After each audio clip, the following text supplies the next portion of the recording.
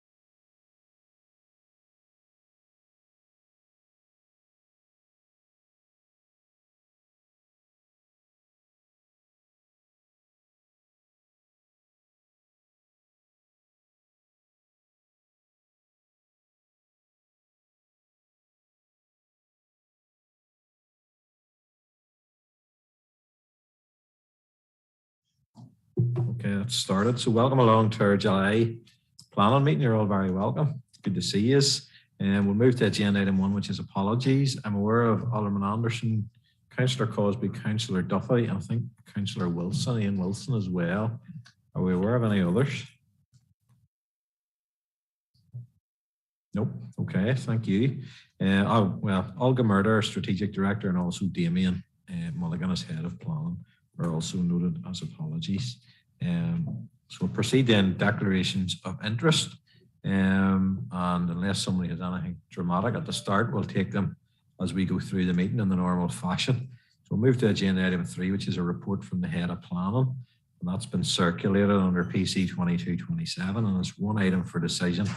It's a consultation with the AFI on regionally strategic planning applications, and Sinead's going to take that one. Councillor Laver.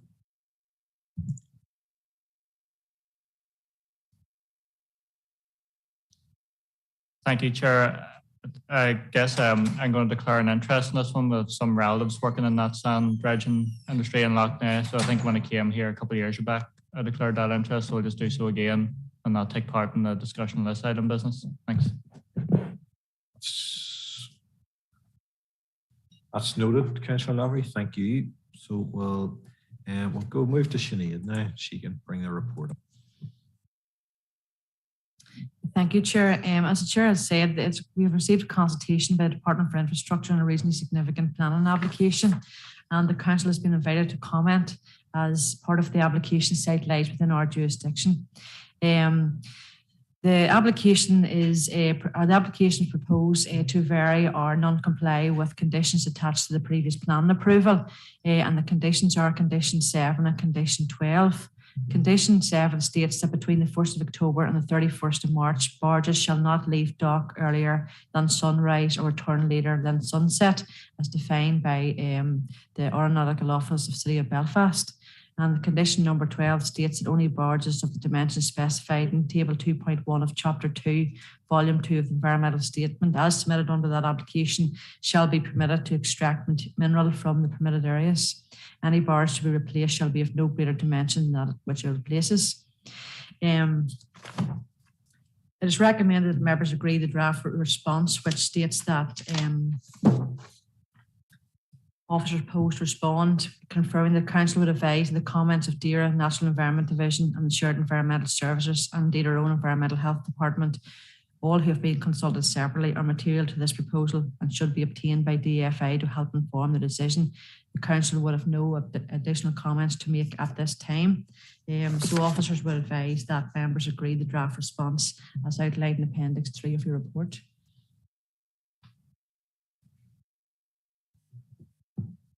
Thanks, Sinead. Any members wish to comment, or are we a proposer and seconder for those comments to be noted? Councillor Nicholson.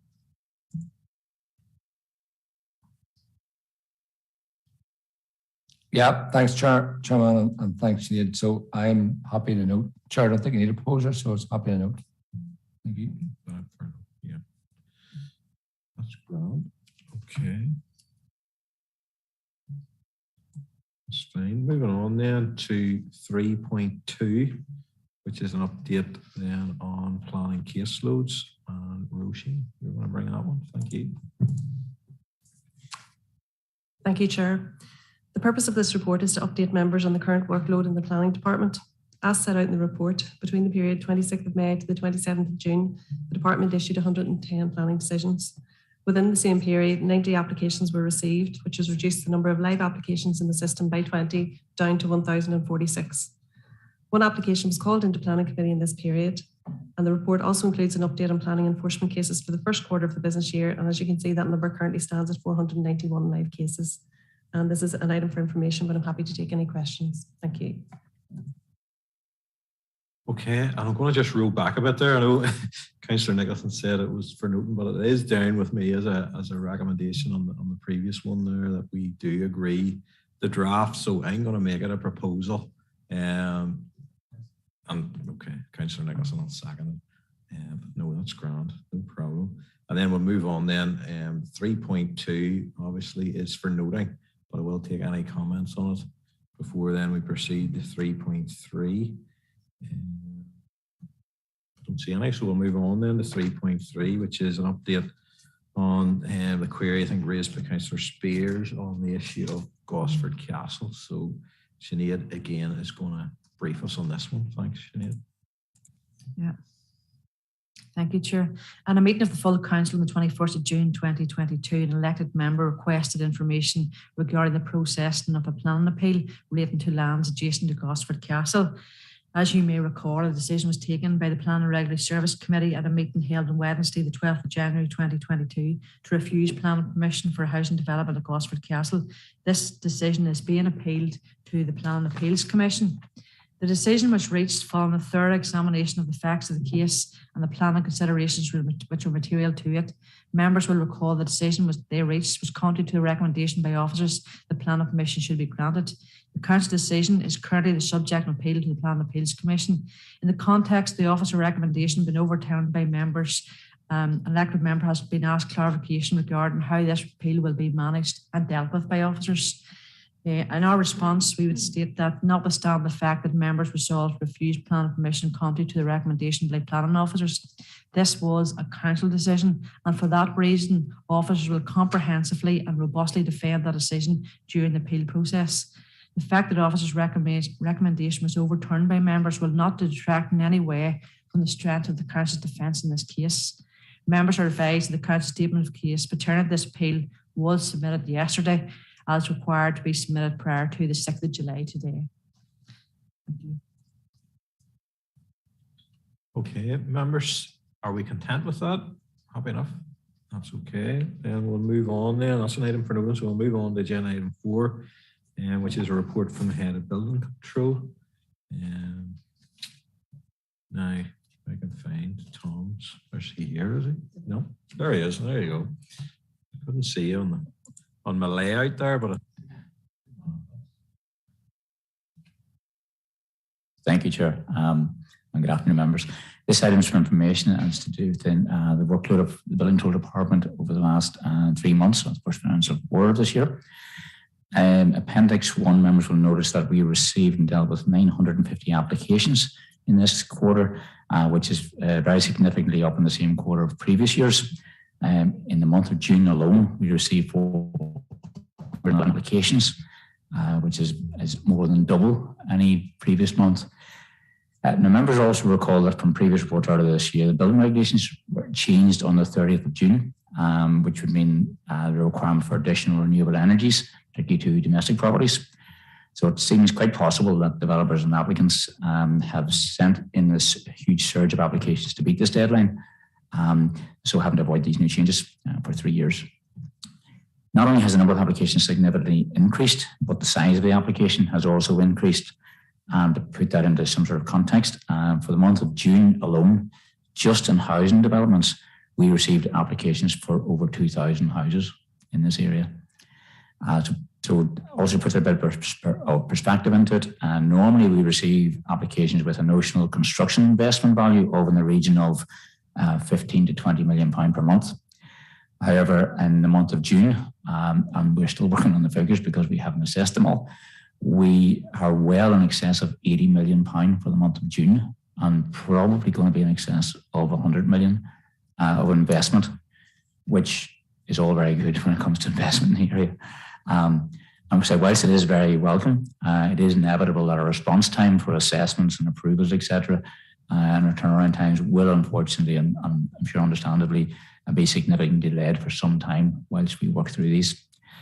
The department also continues to deliver the property certificate function, and for the first 3 months we have processed almost 1,000 certificates, and again 99% of what we're doing is within the 10-month target. So say this is for information, but happy to take any questions that members may have. okay. Thanks, Tom. Any questions or queries on that? No, we're happy enough. I had a few discussions in the pre-meeting with Tom, so I'm content enough to move on. And thanks, and it is a good indication of investment in the borough when we see those types of numbers coming forward. And of course, as we said right from the outset of this committee, we're in competition with 10 other councils for investment. So it is good to see. And of course now the task, as you've outlined, is going to be significant in working through that all. So appreciate all the efforts around that. Okay, members, I'm going to move on then. That's an item for noting. So we'll move on then to agenda item 5. So it's a confidential report, so we will need to seek a proposer and seconder. Proposed by Councillor Nicholas, seconded by Councillor Lavery. So I will read the following statement. Members and online viewers, in accordance with Schedule 6 of the Local Government Act, exempt information, we will now be moving into a confidential session of the Council. This means that we'll be turning off the public feed of the meeting. This will be returned when the meeting is restarted. Can I ask the ICT officers to please turn off the live feed and confirm with me when the confidential section of this meeting can proceed? Thank you.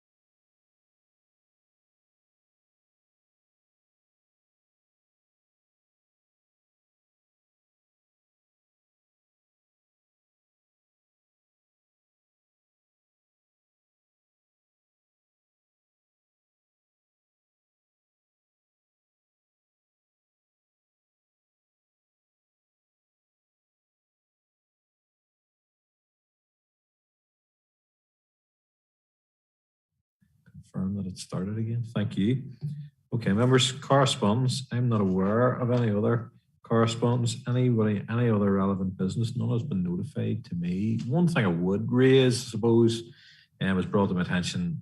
It was Armed Forces Day. I was back in the Banbridge planning chamber, and I just felt going back in there, it seems a much more compact unit for working out, especially for this committee. Has anybody any update, or I know this was maybe talked about at another committee that I'm not on, but in terms of getting back to Banbridge, is that something that council's thinking about as a corporate body, or is anybody here could enlighten us in that regard? Maybe not. No. Okay. Well, maybe keep that for another day. But no, that's grand. Anybody else? Anything you want to add? If not, we are Councillor Nicholson.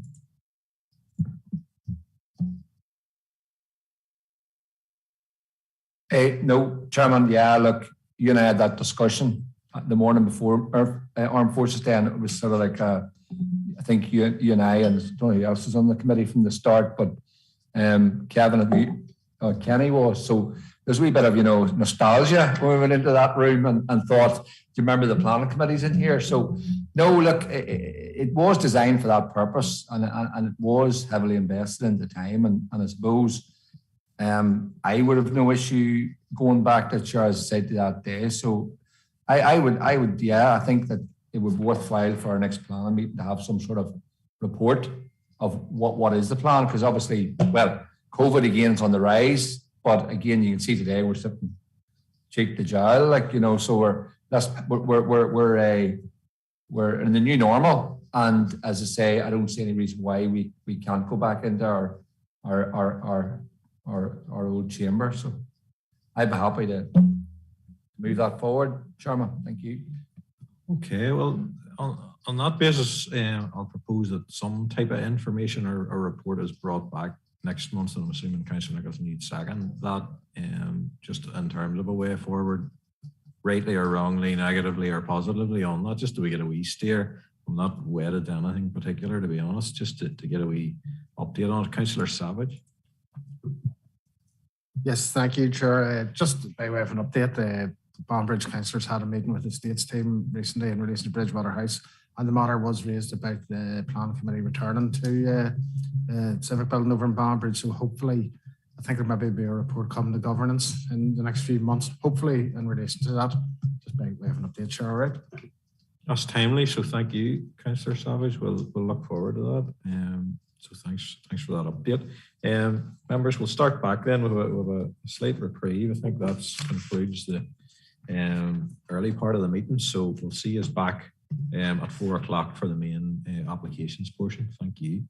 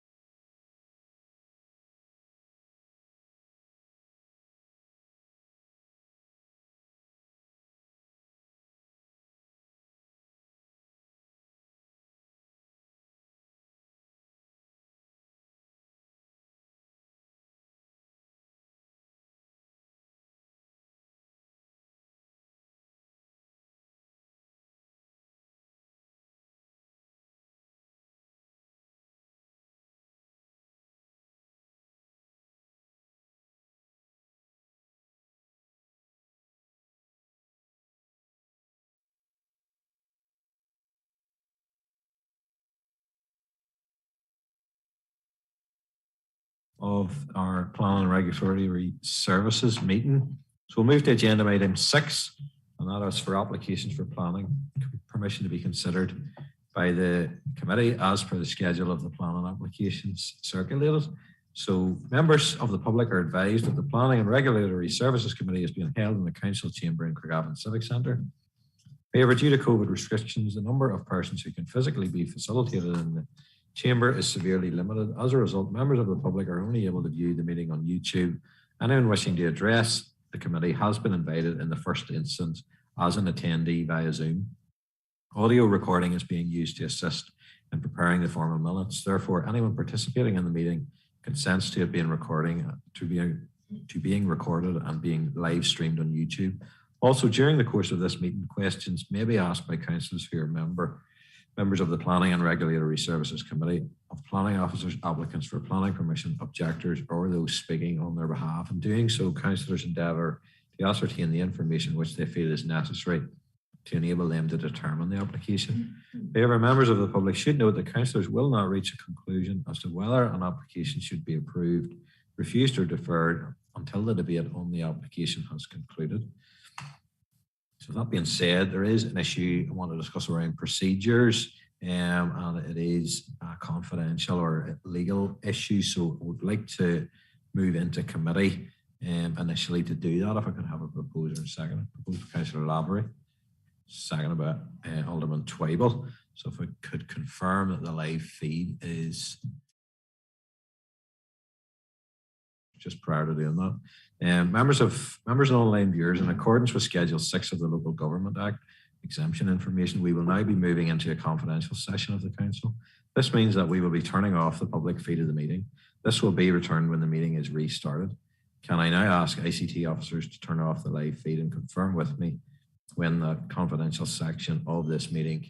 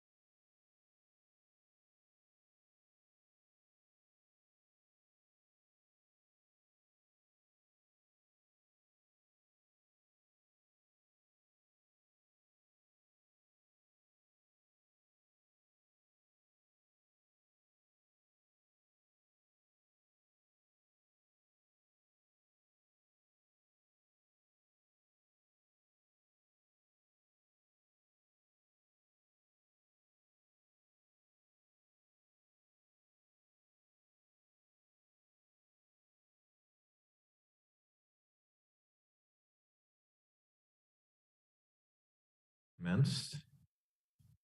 Okay, thank you. So thanks for that, members. So at this stage, I know Alderman Barr in the regulatory portion had signified that he had raised his hand. I couldn't see it on the screen, so if he is present there, Alderman Barr, if you wanted at this stage just to test that I don't miss it, because I know your screen's off at the minute, but I'll wait, and during the meeting, if your feed comes on again, I'll maybe get you to test that. But in absence of that, I will move on then to Appendix 1, which has been circulated, and we will ask Roisin if she will present the report. Oh, sorry, Councillor Lavery. I have a few lights on here. Councillor Lavery, yeah.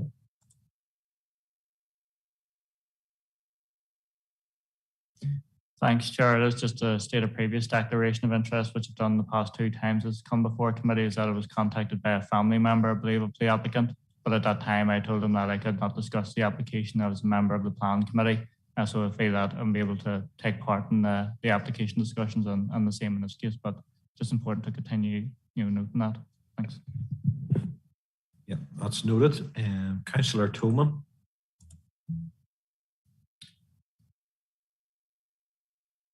Thanks, Chairman. It's just to note that I wasn't present just during the site visit and previously when I was at committee, so I will be just withdrawing myself at this stage.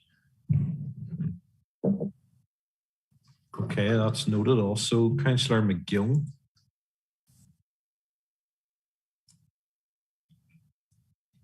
Thank you, Chair. I was not at the site visit either, so I won't participate in. Okay, and finally, Councillor McAloon. Thank you, Chair, and likewise, I will not be participating in the meeting. Thank you. Okay, so they've been noted, and thanks for your cooperation in that. We'll now then move to Roisin, and just to state, Alderman Twybull has also left the building on this one, or the chamber. So Roisin, we'll hand over to you now for your report. Thank you, Chair. Planning application LA08 2019-0632, and this is seeking retrospective permission for the erection of a single wind turbine and associated development on lands 320 metres northeast of 30 Granshire Road, Armagh, County Down. Members, can I firstly address an error in the report? In the second line of the report, it states that the Planning and Regulatory Services Committee held on the 2nd of June 2021, application LA08 2020-1055 was deferred. This should read, at a meeting of the Planning and Regulatory Services Committee held on Wednesday, the 6th of June 2022, it was agreed that planning application LA08 2019-0632 by Mr. Simon Bond be deferred to allow a site visit by members to take place. The site visit took place on the 22nd of June 2022, and the report sets out the members that were in attendance, and there were Alderman Wilson, Councillor Savage, Councillor Lavery and Councillor Nicholson. And the report also set details of the main queries that were addressed at the site visit. Officers are still of the opinion that the proposed development is contrary to the SPPS and policy RE1B of Planning Policy Statement 18, in that the proposed development would have an unacceptable adverse impact on the visual amenity and landscape character of the area, and as such, an unchanged opinion to refuse is recommended. Now, obviously, I know you've been out to the site, but I'm going to take you through the slides again, just to recollect.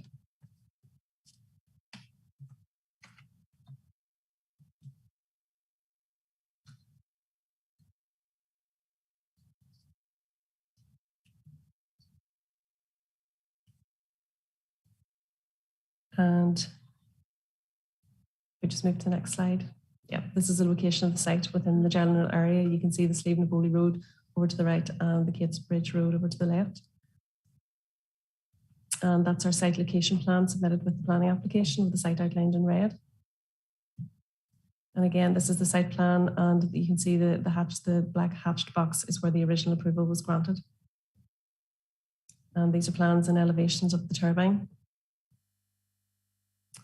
This is just an aerial photograph of the site, and you can see the turbine in situ. And this is a view of the turbine from the Granshire Road. As you know, we were out, so we viewed it from this viewpoint. And another view of the turbine from the Granshire Road. And this is a view of the turbine taken from the Sleeve Naboli Road. And again, we travelled up and down the Sleeve Naboli Road, and we looked at the turbine from this viewpoint. And there's probably just a couple more photographs from the Sleeve Naboli Road of the turbine. And then again, we travelled across the Kitchbridge Road, and again, we viewed the turbine in conjunction with the other turbines that were visible with Sleeve Group in the background from the Kitchbridge Road. And another view from the Kitchbridge Road. And again, another view from the Kitchbridge Road. And a view of the turbine from the Rathfriland Road. At the site visit, we had talked about shadow flicker, and I had mentioned that we had videos submitted by an objector, and at the site visit, one of the members had requested could they view the videos. So I think we're going to be able to show you the videos that were submitted by an objector in relation to the shadow flicker that they're experiencing in their property.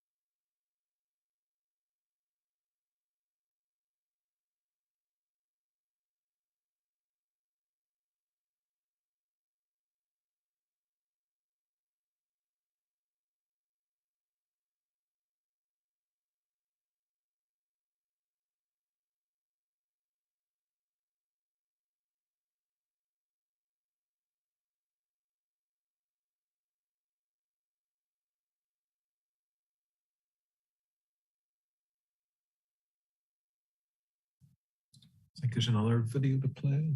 Yeah.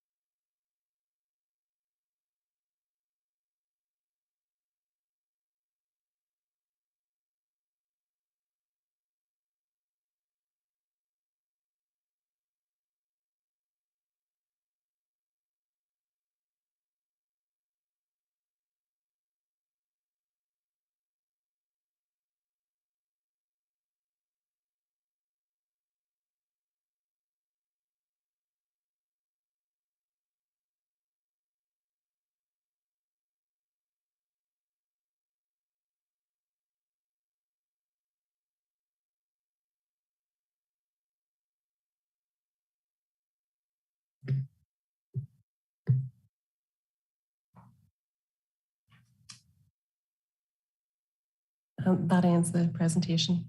Thank you. Okay, members, I'm not aware of anybody here either support or to check the application. So on that basis, we'll move straight to questions for the planning officer. Anybody has any queries they wish to raise at this point? Councillor Nicholson.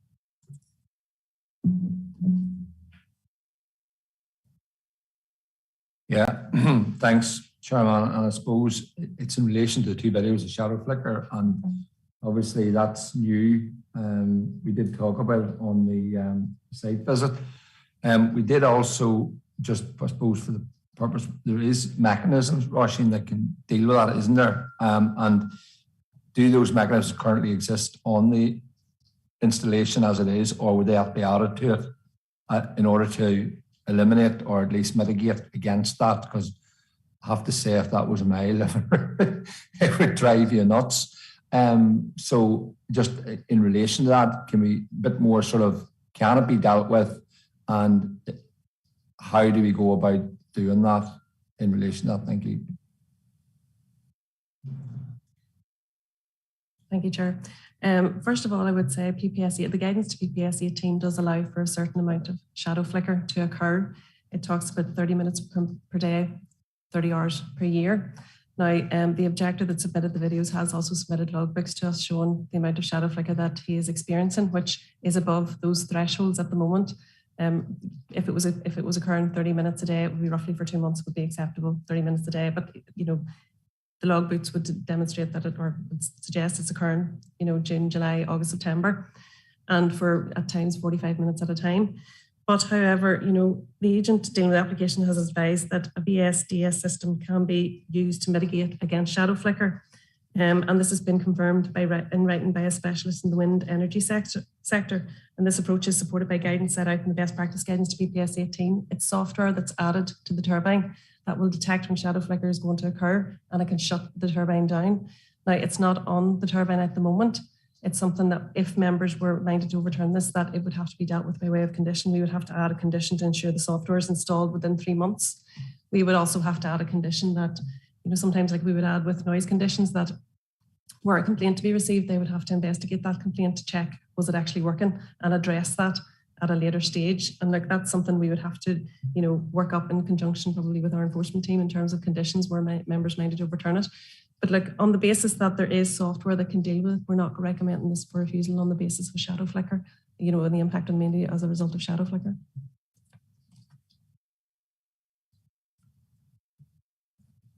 Okay, content with that, Councillor Ferguson? Any other queries, members, on this one? Yeah, I would show from my own perspective that the video is, enlightening in that regard. For it's, I guess, the first time I've seen a video at the committee, but it is a useful video in terms of evidence and just the impact flicker can have. It would be a concern of mine just looking at that from that perspective, absolutely, and your update and possibilities around that is useful to hear.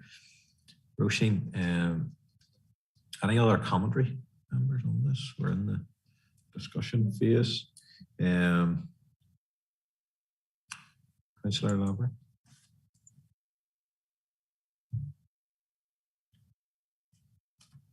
Thank you, Chair. I suppose just to clarify, are we in the discussion debate phase, or are we still in sort of questioning? I'll wait to the discussion phase. Sorry, yeah, we're in the questions and queries to our planning officer. But if that's concluded, we can move then into a wider debate and discussion on it if we're all done on that. So we will then move into that phase, Councillor Laverty, and I'll take your point now.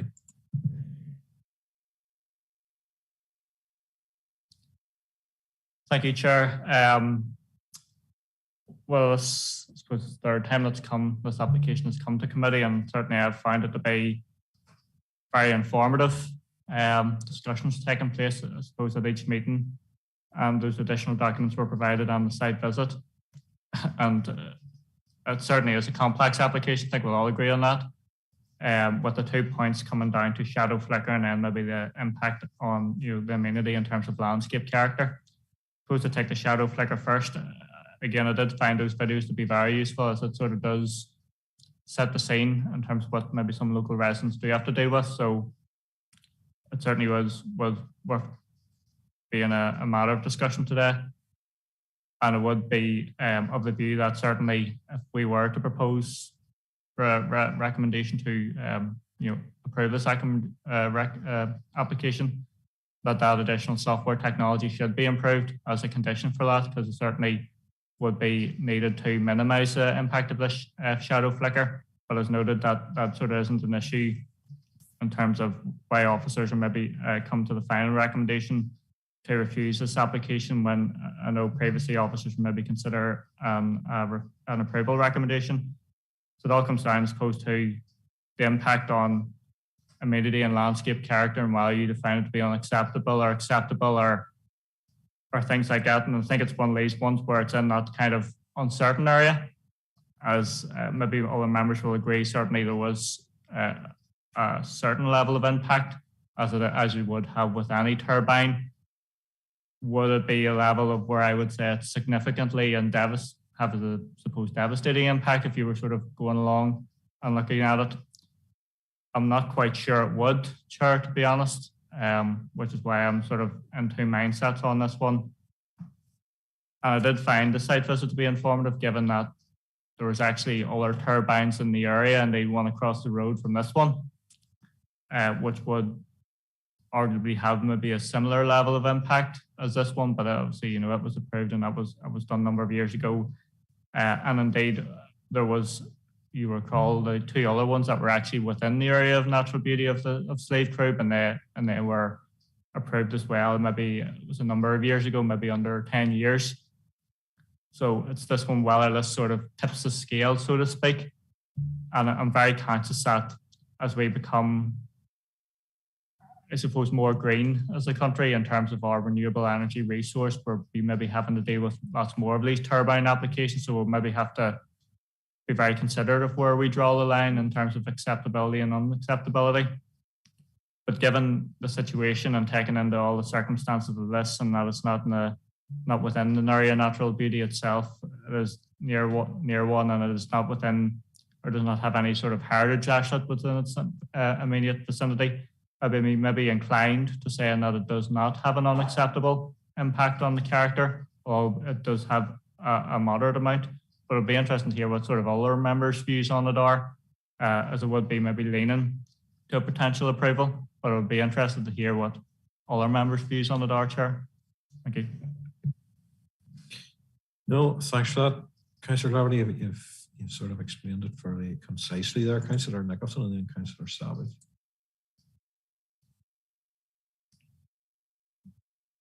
Yeah, thank you, Chairman, and I do have to agree with Councillor Laverty. I think the site visit was a vital thing for this application. Like, we all joke about site visits and things like that, but the photographs on the iPad did not really you couldn't fully appreciate the landscape that this was in, and these things are always difficult. There's no doubt about it as applications, and obviously the reason for refusal in front of us, i.e., adverse impact on the visual media landscape character of the area. If there's no other turbines within that context, I would say I'd agree with that. But it's because when we were there, you could see to me, what I felt when I was there, the landscape of the area was turbines. There was turbines in the landscape, and this was just another one. Obviously, the sun flicker is a concern, and if we do choose to go and overturn this recommendation, that would have to be a condition. I suppose, given the context of where we are with climate change and the environmental aspect of this, and obviously the government directive now that we have to have 80% renewable energy by 2030, as Councillor Laverty has said, there's going to be a lot more of these. Now, again, that's something we're going to deal with, through this committee, be they farms, be they whatever. And as I say, that's kind of, I'd be of a similar sort of, as I say, with Councillor Laverty on this one. I kind of hate to use it. I think the horse is bolted here. There's that many turbines in the context that one more really doesn't make a detrimental change to the character of the area. But again, as I say, it and the fact that it had a previous approval and et cetera, and as I say, the socioeconomic and environmental aspect of it and things, I do think, there's no doubt about these things have impact. You can see them. You can see them. Anybody that thinks he's going to be invisible or is kidding themselves. So really, but I actually think these windmills are now part of the landscape character of this area, and that's the way I felt when I was driving up. It was like you were just spotting them, left, right, whatever, it was interesting because I've never been to that part of the borough before, and I didn't realise there was so many in that locality. But again, as I say, it doesn't make the planner's recommendation wrong. It just means I have a different opinion on it in relation to the weighting of it, and but that's where I am, Chairman. I'm not sure where you are, but or other members are, but that sort of continues the discussion, obviously launched by Councillor Lavery. Thank you. Yeah, Councillor Savage. Thank you, Chair. Look, I do agree that this was a complex one, and agree with Councillor Nicholson and Lavery that we should have went out and site visited. The pictures that we've seen on the first reports didn't do it justice to let us see the impact on the area. There is quite a lot of wind turbines in that area, but I think, in terms of this, we're looking at this particular one and not any others. And this is going to be in the eye of the beholder, or the personal opinion of who was out there. And I probably have a different opinion than the two members that spoke so far. And as Councillor Nicholson says, this doesn't make the planner's opinion wrong. It's just others might disagree with it. In this case, I happen to agree with it. So I think there's a visual, unacceptable adverse impact on the visual amenity of the area. There might be other ones in there already, but that doesn't mean that we'll have to just go on and play on and put as many in as we can.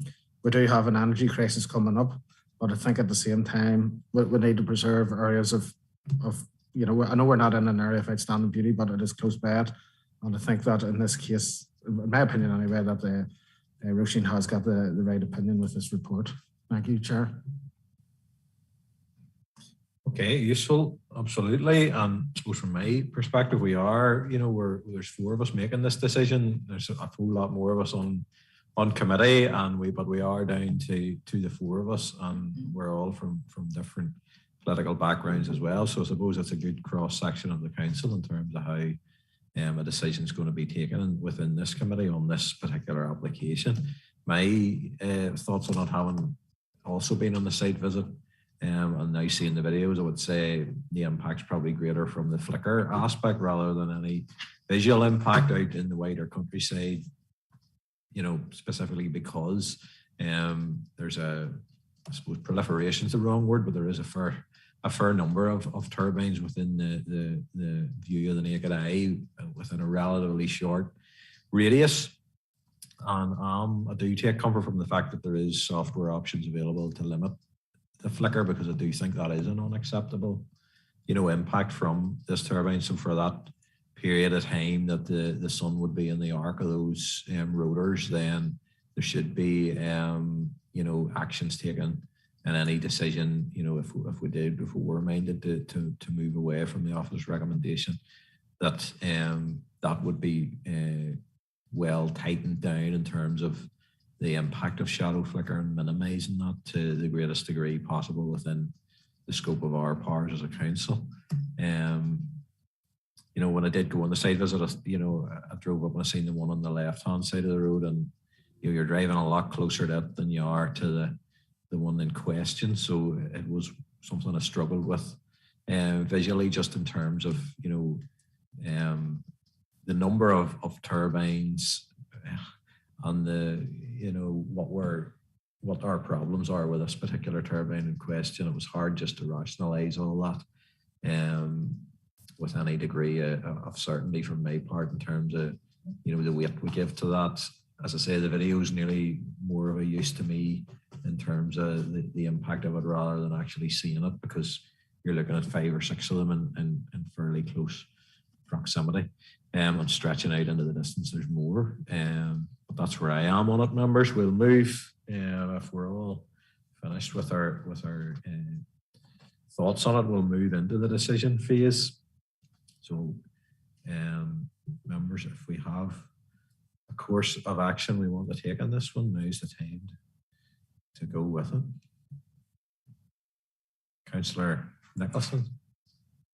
Yeah, look, Chairman, as has been said, this has been committee 3 times, and we have given it a real hard consideration. And given the discussion we've had this afternoon, and the fact the site is not in an AOB, it's no historic or heritage context within the site, and the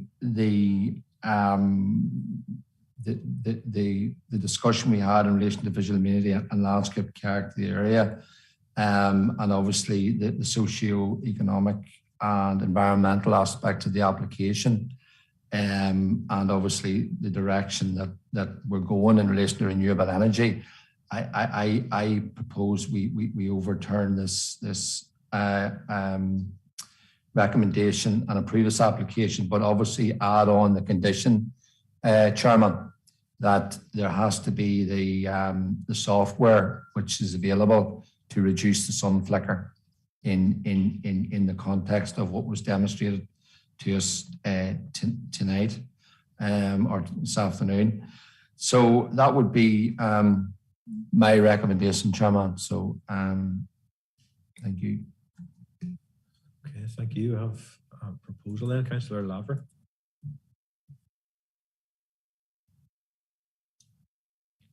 Thank you, Chair. I suppose I would be willing to second the proposal put forward by Councillor Nicholson. The only thing I would say is this something that, because we'd be maybe overturning the recommendation, does any other proposal need to come back to this committee with additional conditions, such as the one mentioned by Councillor Nicholson about shadow flicker, because that would certainly be key if we were to approve this recommendation, that would be in. But would any other additional sort of terms of use need to come back? If, say, for example, that this proposal does come back, that officers consider and then come back with maybe what those additional conditions would be, just so that everything's considered. But again, I would be content to sort of second that approach by Councillor Nicholson, that we maybe seek to approve this application given the context set out by Councillor Nicholson, but also taking into potentially any other considerations which would need to be placed on the terms of operation of the turbine if we were to sort of approve, but just maybe some clarity on that. Yeah, Councillor Lavery, I suppose it's a mark of this committee. It's not, we don't take decisions lightly to overturn.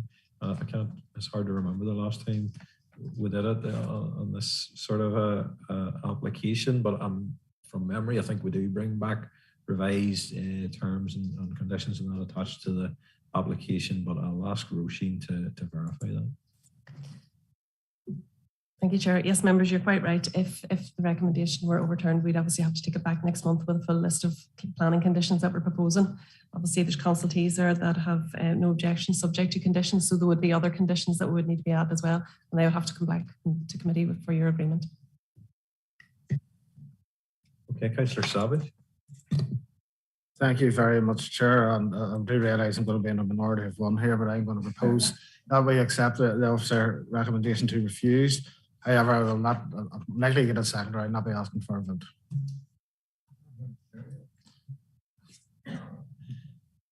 Well, I suppose from my perspective, and I did intimate this in the earlier discussion, sort of the direction I'm, minded to take on this, and it is to support Councillor Nicholson and Councillor Lavery's position on that, and I would also support the overturn of the application, but I would be keen, as Councillor Lavery has said and Councillor Nicholson, the software issue would be a complete absolute for me, that there can't be any straying away from that. That would be the basis of my support for the application being turned around. That is, whilst I know there's regulations in terms of acceptable levels, but I would be asking that we do the best we can in terms of conditioning, not restricted to the greatest degree possible during to eliminate what we've seen in the video. And again, just to it is a useful thing. I don't think we've seen videos before, but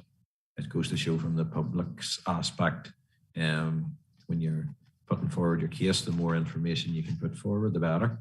In those circumstances, in terms of what we are allowed then, or the views we get of all aspects and perceptions and experiences of applications, but it's just been very useful. So on that basis, and Councillor Savage has made a proposal that hasn't been seconded, and he's recognised that, so we will move across and record that decision then as an overturn, and there will be more information then come back to our next meeting along the terms of the conditions of that. So we will move then to Appendix 2, and we'll give other councillors then a chance to come back in to the room before we move to Sinead present. So I'll give it a couple of minutes just to allow people to come back in.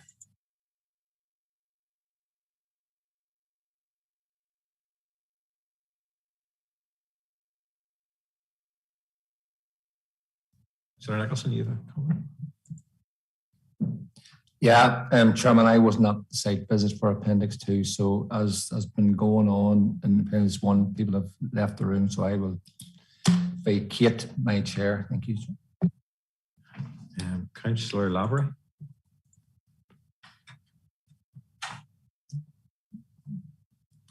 Yeah, same, Chair. Was not that site visit, so won't be taking part in Appendix 2. It's noted. Alderman Barr, if you can hear us, would you test your hand raised just for me there, just on your system? If you can hear me.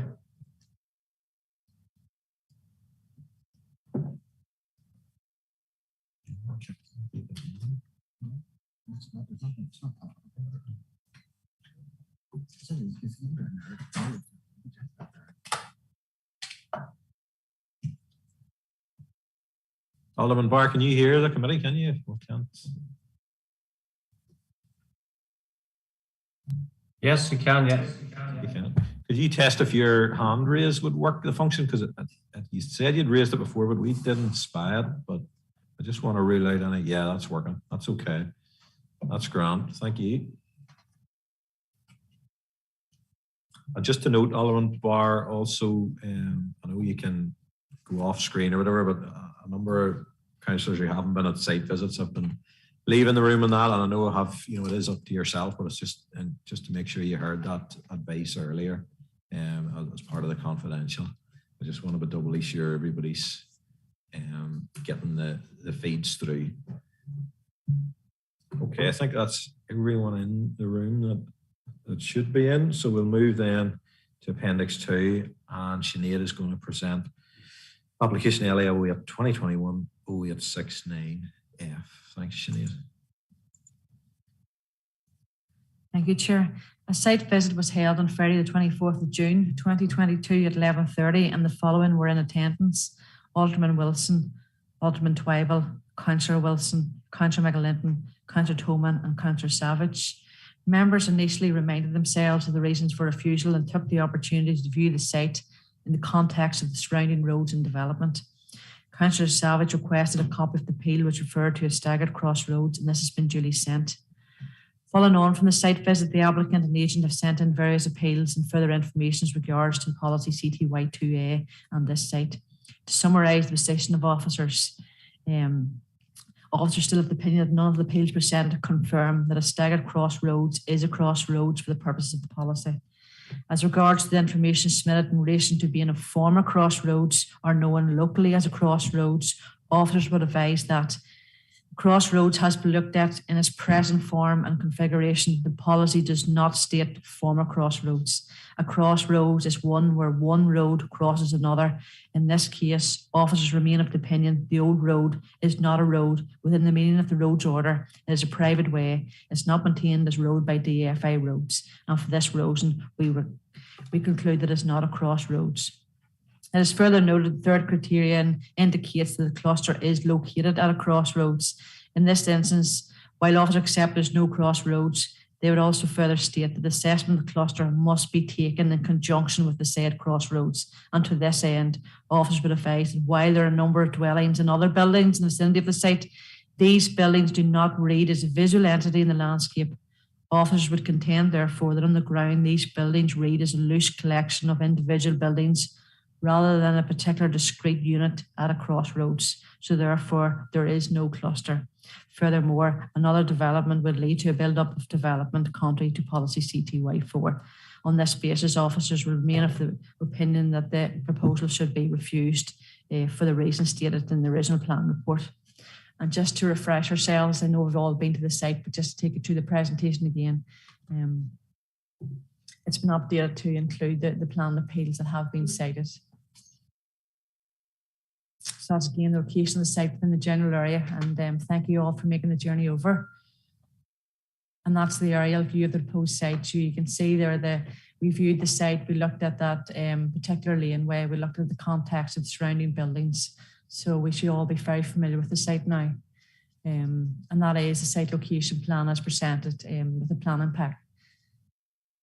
Next, please. That's a proposed site layout, and as agreed, the design of the building causes no concern. That's a post dwelling, so it's a traditional chalet bungalow type, and it fits in, I suppose, with the others in the surrounding context. So there's a photo. We're standing at Grenmere Road. As you can see further down there, that's the other road, and opposite that is the laneway. And I suppose it's set out in the site visit report. And just to remind minutes, we would be of the opinion that there's no sense of arriving at the cluster. When you go out there, you don't get that. In the officer's opinion, you don't get that sense. There's a cluster here around that alleged crossroads due to the fact there's no buildings on the opposite side. It's well screened. We have the opinion that there's no sense of arrival. So that's how the previous Plan Appeals Commission, as alluded to in the previous report, you don't get that sense of arrival that you're arriving at a cluster here. Next slide, please. So that there's a site in the context of 116 Armagh Road. So that's just looking up Craigavon Road and opposite there. Hence, that's why we disregarded the buildings on the opposite side of the road, because you don't have to look at it if you are looking at a crossroads where that is, and those roads, those particular buildings cannot be viewed in that context. They're a loose grouping of building rather than a discrete entity in the landscape. Next slide, please. So there's a site just at the end of the laneway. We walked down that, as you know, we looked around us and then we walked up the Grenmore Road again. So that just shows the site in the context. And again, that there's just site coming down the Grenmore Road again, that there is well vegetation on both sides of the road. And we do agree that there is a good sense of enclosure on the site. That's just again at the 198 Grenmore Road. We've disregarded the one further down. You will note there is an extant plan approval on the site adjacent to that, but as that hasn't been obviously completed, it cannot be considered for the purposes of this CTY2A policy. And that's just a view from within the site, just as I said before, it's well enclosed. And that's just like the staggered crossroads, Grenmore, Conroe Road is set out. The policy doesn't look at a staggered crossroads as a crossroads, and that has been teased out at a previous plan appeal as well. And that just gave the DFI maintained maps just to confirm that the road is not a road, it is a laneway and it's not maintained by DFI roads. That's the appeal decision. The full report is in your planning pack. Basically, they pointed out that the policy it's not a staggered crossroads; it has to be a crossroads. And yes, again, just to give you the context of appeals, I know that the text is in your report, but just give you context of where it is. Basically, they've looked at it in relation to CTY 2A, and you have to have some sense of arrival. So a lot of these, there are a lot of buildings around, but because they've a loose visual entity, not a discrete, they have been disregarded for as a cluster by the Planned Appeals Commission. And that there's the other sector, it's quite built down, but because that particular site didn't read with the other buildings in the vicinity of it, it was discounted as a cluster as well. And that's further appeals that's submitted by the objector. Now, as we said, they're not directly relevant. Those ones have no buildings either, but they do tease out some of the context that there is a consistent approach by the PSC with regard to what they look at as a cluster, and the staggered crossroads isn't considered. And that's just the map from the previous application that was approved by members of Planning Committee in Commonkill Road. And as I said, the previous meeting, and I suppose it's drawn out in the text, there was quite unique difference of opinion here. There was development on all sides of this. Members felt when they got out there was a lot of development. They were all read in the context of each other, unlike this one. And the site itself is located at the alleged crossroads on this site. And so therefore we would be of the opinion that there are differences in this, and that that particular decision shouldn't have any significant weight in the consideration of this plan application. I think that's all. Thank you, members. Okay, thanks, Sinead. Have we any questions for our planning officer?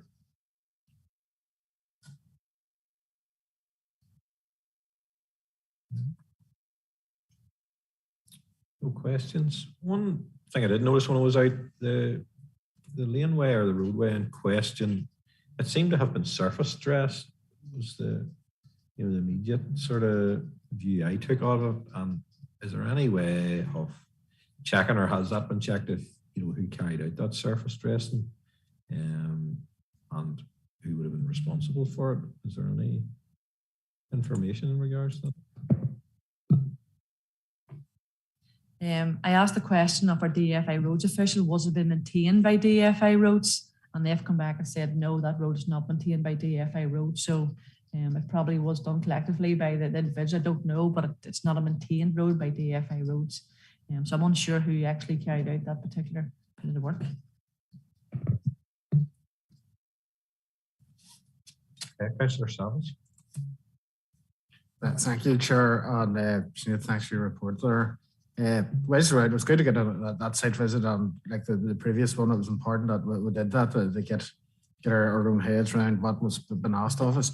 Sinead, in terms of that laneway, it has the physical characteristics of a crossroads, but legally, that's what I'm reading from this report. Legally, it's not, because that is not a maintained road, and the residents who own that, would they be within their rights if they wanted to stick a gate up and stop anybody? I know it is a private laneway, but they control the access to it. It's not a public roadway, and they can bar access to that if they so wished. Is that the case?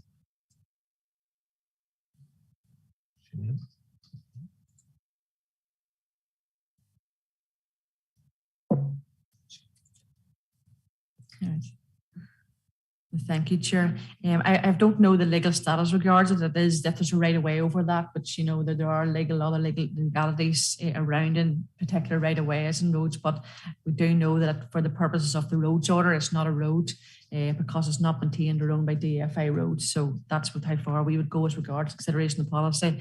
As regards to gateways or the legality around that, could someone put it up? To be honest, Councillor, I cannot answer that question for you. Okay, thanks. Sinead, any other points or queries? Councillor McAlinden. Thank you, Chair.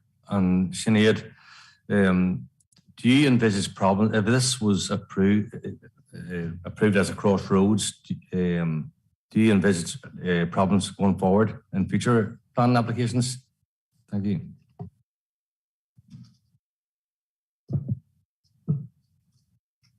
Listen, we always advise that each application has to be treated on its own merits, and we want that. But if there are similarities that this, you have to have site-specific reasons why this was accepted as a crossroads or as a road, when other ones that we've looked at we haven't considered as a roads. Precedent is something you do look at, and if it is accepted on this occasion that this was a road, there could be a precedent set. It's certainly in the context of this particular area that others could follow suit. But we always caveat that if each application has been looked at individual merits and say specifics of that particular case. So it's weighing up the precedent that may set in the context of this area and others in regard across the borough.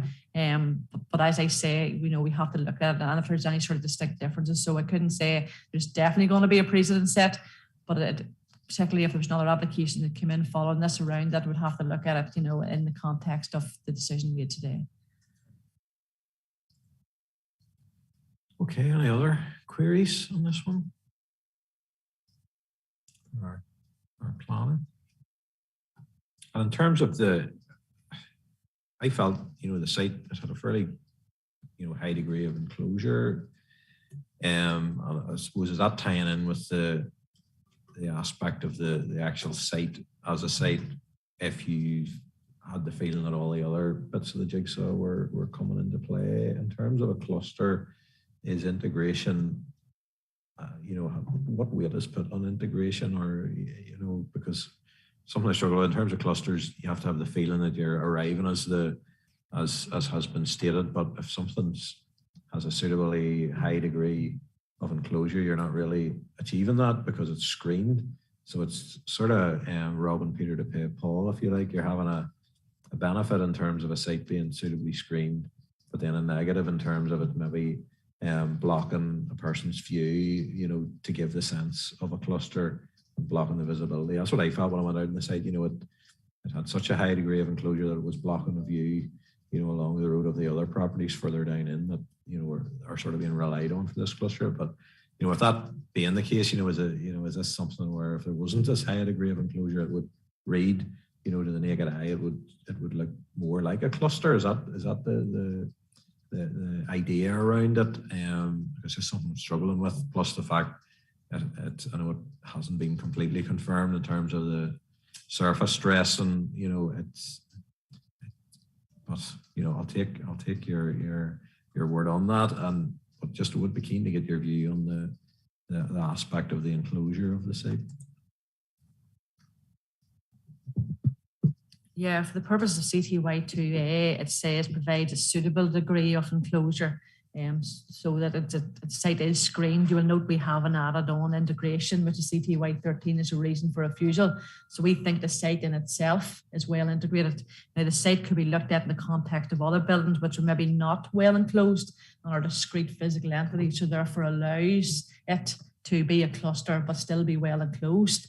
But I suppose if there's other well screening around other properties, the distance, etc., it could then remove that, you know, that there is a cluster. So it maybe in one way encourages people to keep their boundaries well maintained if they don't want any others. But that is one of the reasons that one of the criteria they must meet. And we're not saying that it fails based on integrations. We're saying yes, it is a well enclosed site, but we're saying the other buildings in the context can't be read, you know, because of the loose physical of it and how they're bounded around. So yeah, there is, I suppose, there's a slight tension there in the policy. Okay, thank you. I've just noticed the screen here for, and it's back on again, that's okay. Just didn't want to lose anybody there. No, any other questions for our planning officer? If not, then we'll move to the debate phase. If anybody has any views, Councillor Tolman.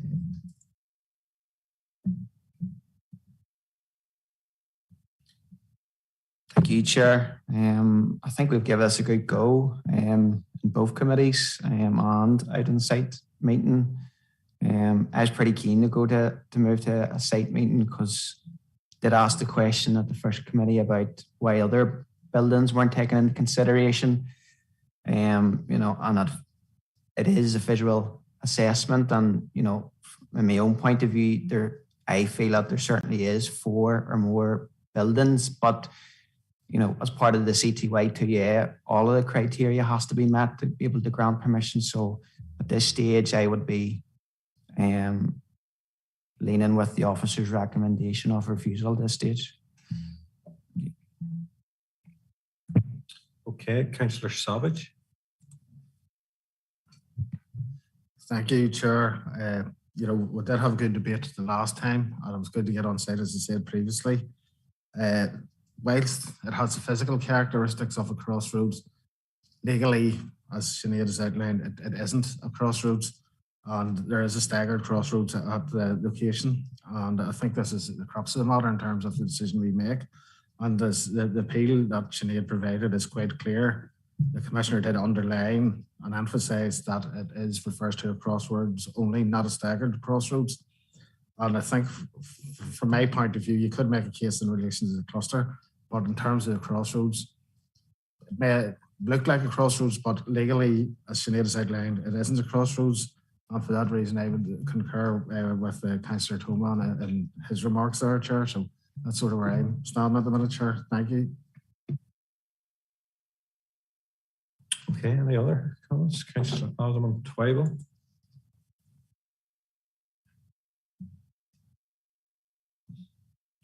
Thank you very much, Mr. Chairman. And really, I just want to relate back to that site visit. I found it very helpful indeed. And it was interesting that when I was driving out, I was trying to use my Craigavon map and I was looking for a crossroads a certain distance from Newton Hamilton. And unfortunately, I drove through what was the crossroads that I needed to meet at. But it obviously wasn't a crossroads when I considered it. And if I hadn't on the way back met the other members on the site visit, I probably would have gone through it again. So I'm inclined to side on that conclusion that it isn't a crossroads, but a staggered crossroads. So that is a key factor in this as far as I'm concerned. In terms of the cluster too, I did say to Sinead, how wide, how big is a cluster? And she agreed with me that is somewhat nebulous and not clear just exactly what a cluster is. So I'm not sure that that's the issue that we are making a decision on, but certainly I would lean with my colleagues to say that this site is not on a crossroads. Okay, thanks, Alderman Fowler. I suppose from my perspective again, I did find it useful. In my view, I did feel that it did exhibit the characteristic of a junction of a road. I mean, I take your point in terms of the crossroads, but of course you would have the right of way along that if you have the stop signs or the giveaways from the opposing sides of the road and that aspect of it. But I can tell I'm fairly well outnumbered in my view here tonight on that aspect of it. But I did feel in terms of the enclosure mixed with, I know there's been some uncertainty over the legality, if you like, of the road. Not so much as is it a road. It's a road very clearly used by all the residents that live down there, and there's a significant number of them. So for that purpose, it's certainly a road that leads out onto a junction. And so from that aspect, in terms of its impact, I don't feel it has a great impact given the high degree of enclosure that it exhibits from any angle. And I think that maybe then has a negative in terms of detracting from the view of the other houses and just how many they are down around that particular location. But that's my view. I think everybody's said their piece on this one, so we'll move then without too much ado to the decision phase. So, Councillor Tolman.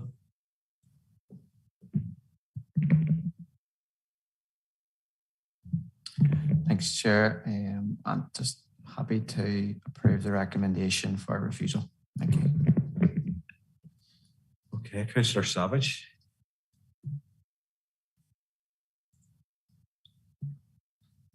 Thank you, Chair. I'm content that I'll second the proposal that Councillor Tolman made. Thank you.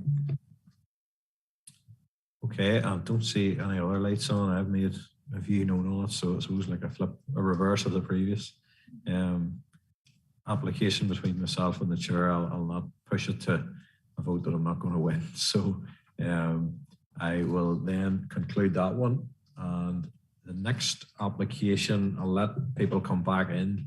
It was one I had called in, so just in the interest of transparency in that, I won't sit on the chair for this particular application. I think it was called in a couple of years back, so I will hand over to our Vice Chair, Councillor Savage, and he will take us through this application, and I'll leave the room at this stage. I just want to confirm the live feed's still going, yes? Yeah. Okay, thank you.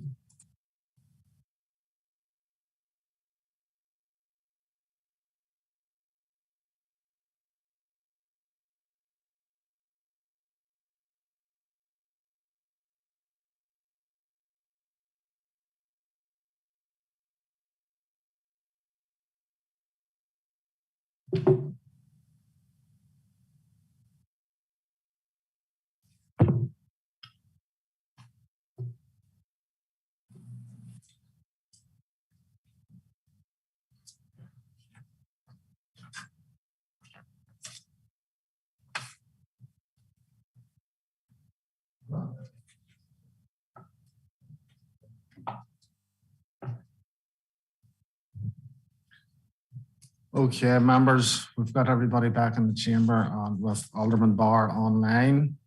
So this is Appendix 3. It's application 0/2015/0028/F. Trudy Chapman, our Senior Plan Officer, will present a report and the PowerPoint presentation. Just to make you aware as well, members, that Dermot Monaghan from MBA Planning will be making a representation in support of the application, and also in attendance via Zoom and having speaking rights will be Con Lindsay from CT Lindsay Chartered Architect Limited. So Trudy's over there, so I get to bring you in now. Trudy, okay, for your report. Thank you, Chair. The application relates to the erection of 3 dwellings in Market Hill. Members, you're advised that the scheme has been reduced from 12 dwellings initially to the 3 before you this evening. Prior to the submission of this current scheme, the application had been recommended for refusal and had been called in by Alderman Wilson. Notwithstanding this, the application itself has generated more than 4 objections during the processing. Members are also advised that officers would like to add a further condition, and this would read that prior to commencement of any part of the development hereby approved, details of the wall finishes to be used shall be submitted to and agreed in writing by the council, and that's just to ensure the proposals are in keeping with the surrounding area. As I said, the application seeks approval for 3 two-storey detached dwellings with an access onto Moone Road, and it's within the development limit of Market Hill. During the processing of the application, 19 third-party objections have been made, 1 petition of objection with 8 signatures and 1 letter of support. This letter of support was received after the application was reduced to 3 dwellings. These objections have been summarised and considered in the report previously circulated. And members are advised that officers are of the opinion that the majority of concerns have been overcome through the submission of the revised scheme before you this evening. Consultation responses have been favourable, subject to conditions. And members will note that the original red line of the application site has not been amended. And as such, some of these conditions relate to the land within the site that is not to be developed under this application. But these conditions are to ensure that biodiversity and residential amenity are protected. Officers are of the opinion that the revised scheme for the 3 dwellings complies with the area plan and all relevant planning policies. As I've said, consultations have been favourable, and we are of the opinion that the main points of concern raised by objectors have been overcome. And on that basis, members are advised to, it's suggested that members grant planning permission subject to the conditions set out in the report. And I'll just take you through the PowerPoint, please.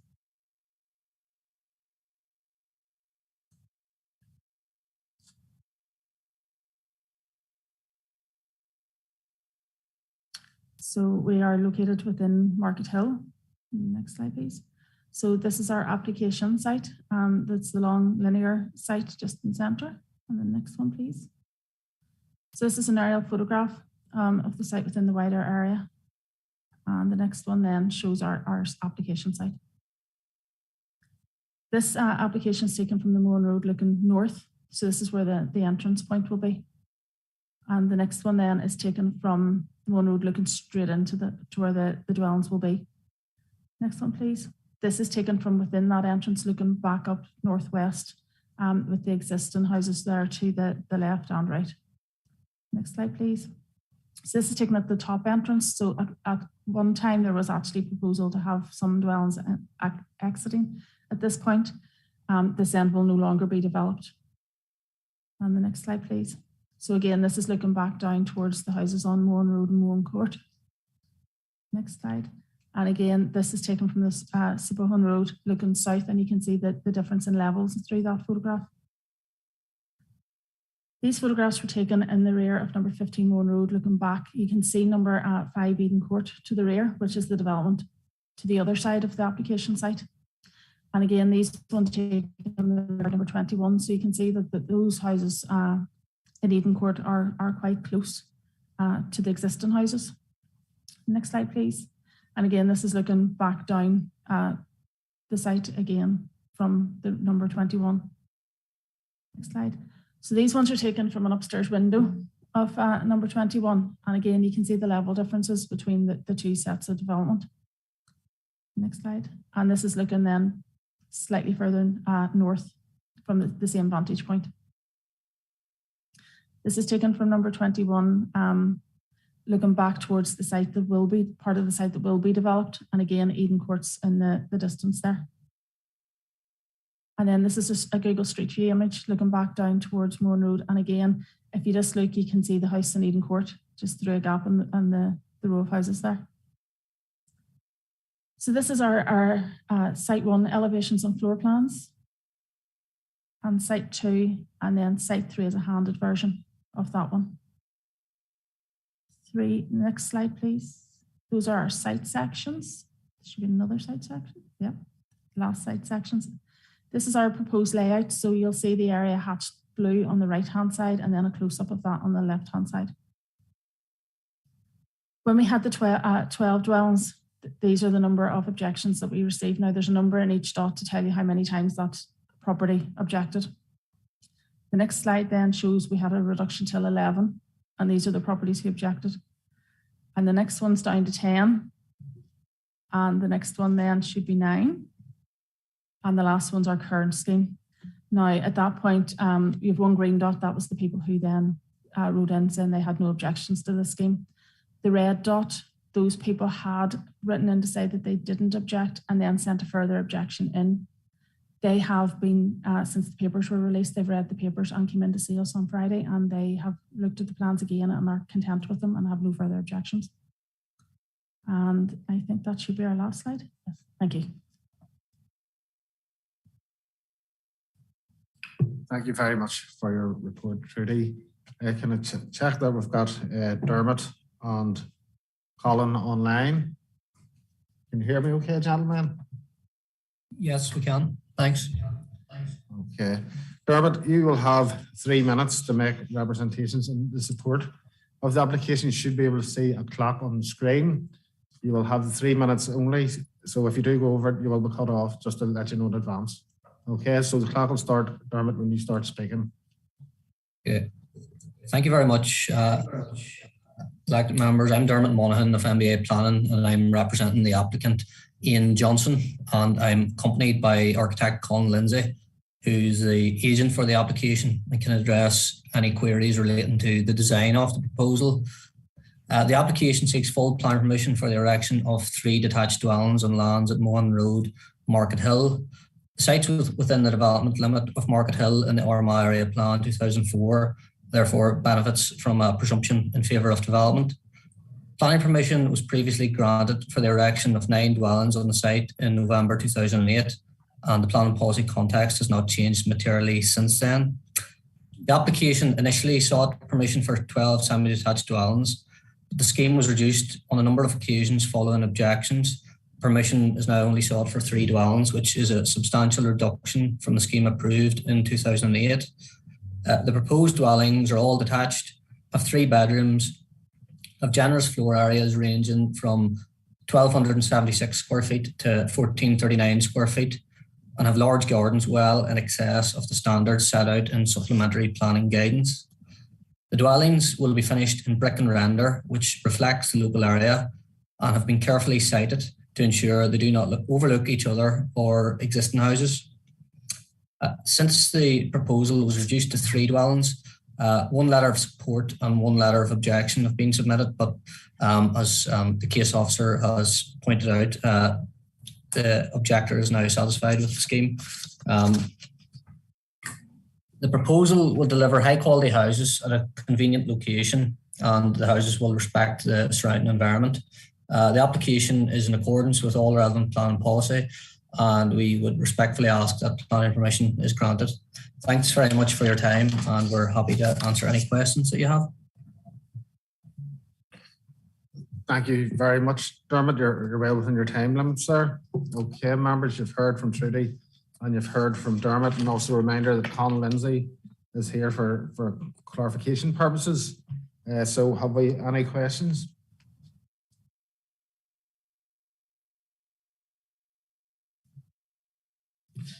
Councillor Nicholson.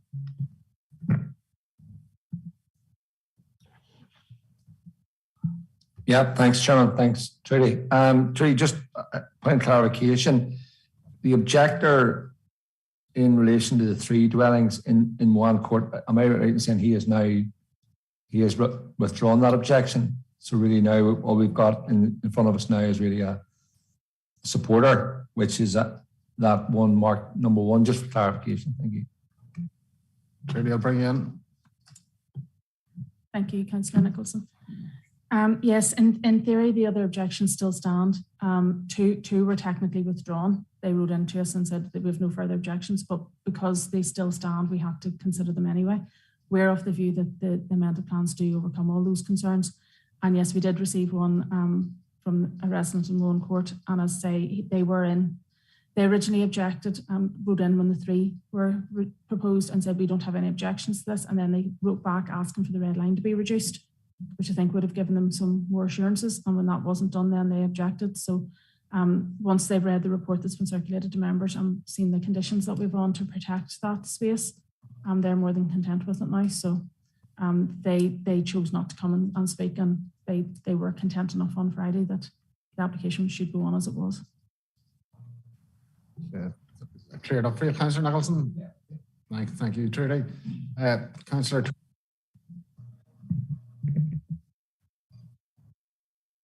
Thanks, Chair. Perhaps just as a question for Dermot. It's in relation to the wastewater treatment,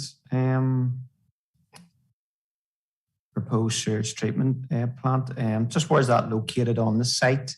And just how is that going to be managed then? I know that it is a condition 14, but yeah, Dermot could answer those questions. Thank you, Councillor Toman. Dermot, if you want to answer them, please. Yeah, thanks very much. Members, the site plan does show or does indicate that there will be septic tanks for the dwellings.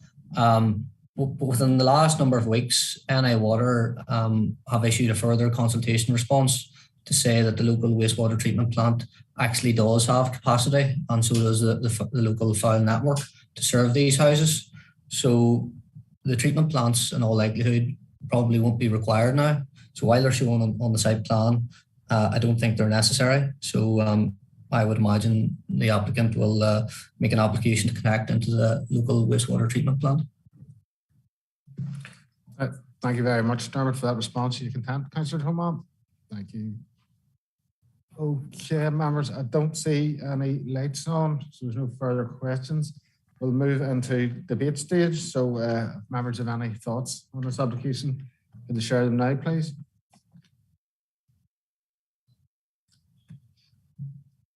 Okay, Councillor Nicholson, bring in now.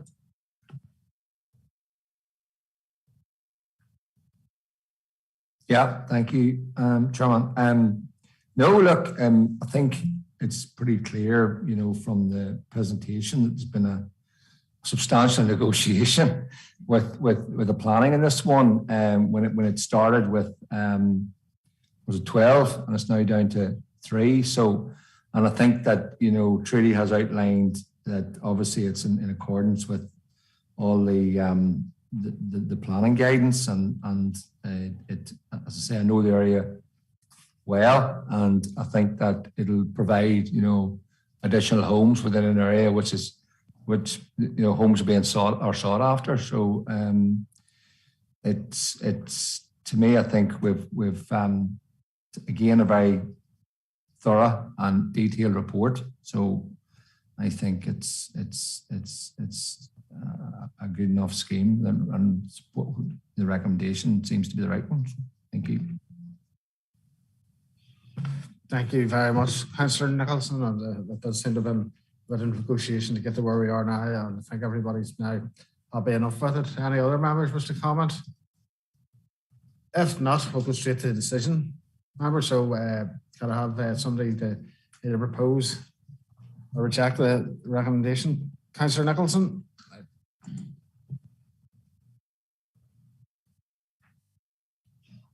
Yeah, no shocks, Chairman. I'm happy to propose we accept the recommendation in front of us this afternoon. Thank you. Okay, thank you very much. So that has been proposed by Councillor Nicholson, and I'll bring in Councillor Toman.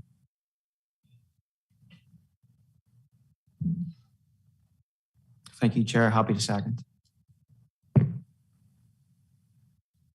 Okay, members, we have a proposer and seconder for that. Have we any proposals to the contrary? No lights. So members, that is that application concluded. We have approved that. gentlemen who were online there, thank you very much for your time and your clarification there when required. So we'll get the chair back in and move on to Appendix 4. Thank you.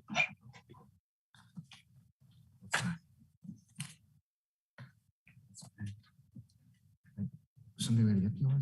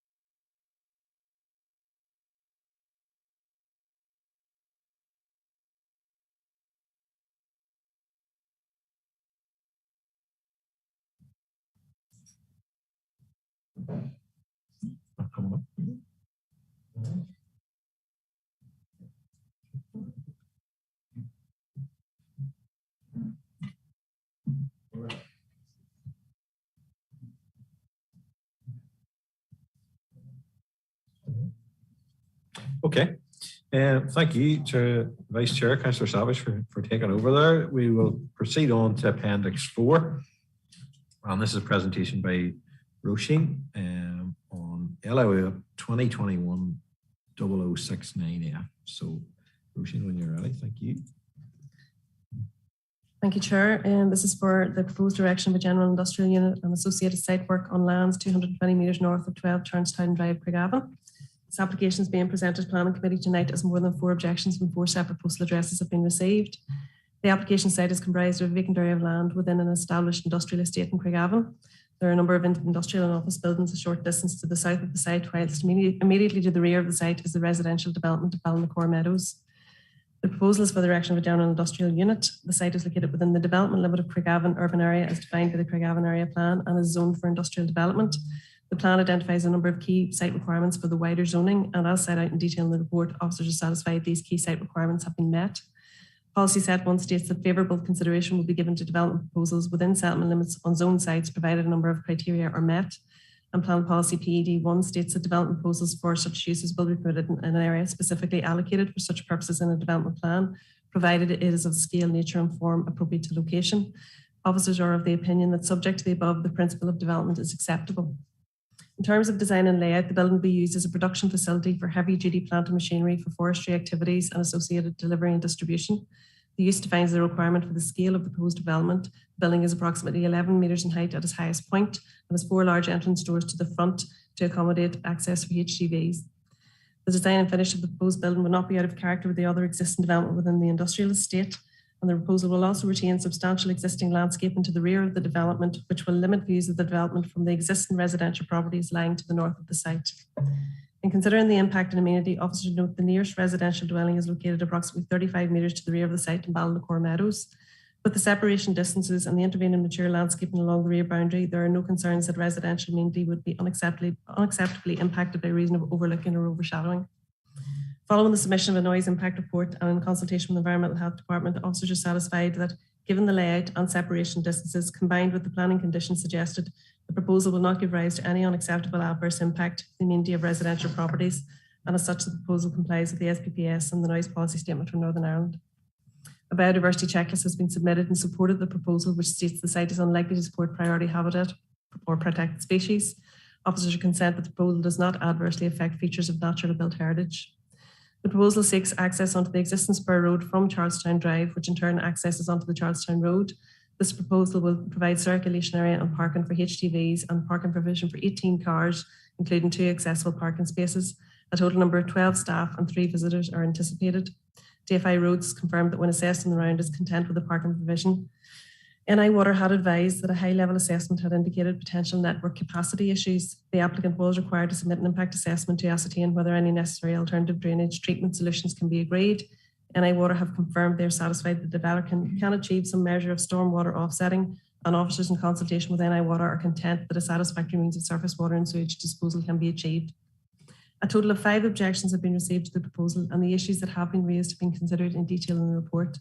On balance, officers are satisfied the proposal complies with the area plan and all other relevant planning policies, and recommend that the application be approved subject to the conditions attached. And I'll just take you through the slides.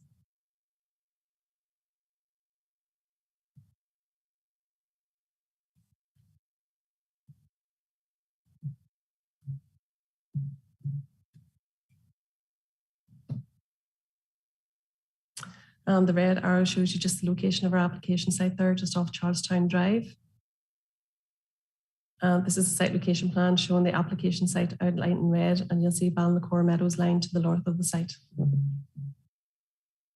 And just an aerial view of the site again with the site outlined in red, and you can see the existing road, the spur road leading into the site is currently erected on site. And this is a beautiful photograph looking across at the mature boundary to the north of the site there. And just another view looking towards the northeast. And again, you can see the significant mature vegetation along those boundaries. And just a view of the site looking towards the southeast.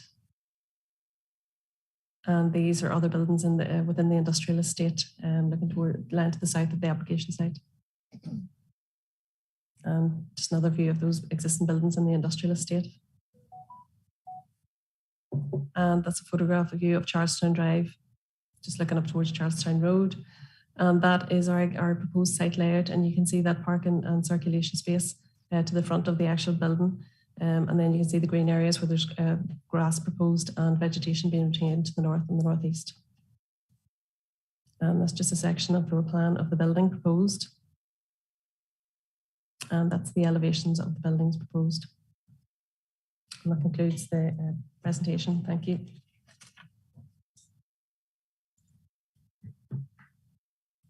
Okay, Roisin, thank you very much. We have some representation from Wayne Somerville of WS Design in support of the application. So I take it he's online at this stage.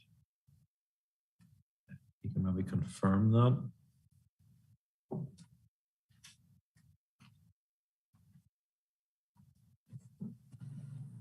Hello, yes. Here's okay, Wayne? Yes, Mr. Chairman. Yeah, that's great. Okay, Wayne, thank you for coming along to the committee today. You will have 3 minutes to make your representation, and that timer, which you see on the screen, will start whenever you start your representations. So when you're ready, feel free to commence. Thank you.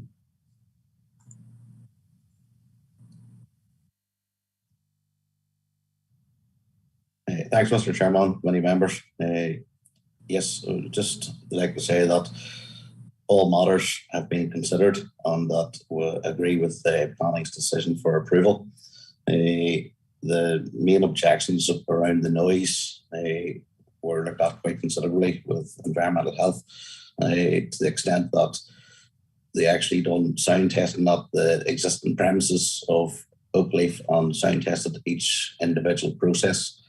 The building on the site is situated with the back of it to the dwellings in Balnacore there, and all the roller shutter doors and all are to the front, again to mitigate any noise.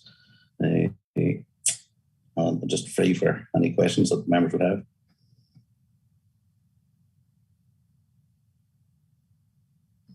Okay, thanks very much, Wayne. You're well within your time frame there. So with there being no other contributions from either those in support or against, we will move then to questions by members for Roisin, our planning official, or for our person for Wayne who represented at the application there. So I'll take any questions at this stage.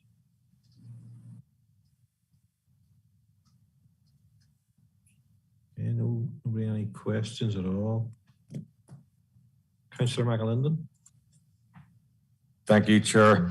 And yet, Sinead, I see, is Sinead Trudy taking it? or Roisin, sorry. I see NA Water has concerns about the potential capacity for the water. So can you get more information on that, please? Yes, thank you, Chair.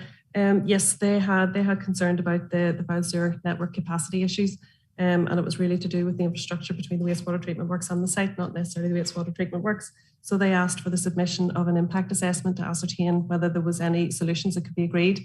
And they have assessed the impact assessment, and they're satisfied that some measure of stormwater offsetting can be achieved, which would allow capacity in the file sewer network. So they're satisfied that that can be dealt with, and we have a negative condition on. Obviously, that we need to see obviously what that proposal is and what that solution is, but they're satisfied that that can be achieved, and they're happy for us to progress with the negative condition. Okay, Councillor Savage. Thank you very much, Chair. And this is possibly just a question for Wayne. I just noticed the conditions on the operations at the site, and it's going to be limited to 8 a.m. to 6 during the week and not at all at the weekends. Is that something that the business can adhere to, Wayne? Thank you. Go on ahead, Wayne, if you can hear that. Yes, no, the client is happy with those conditions as there's no weekend working.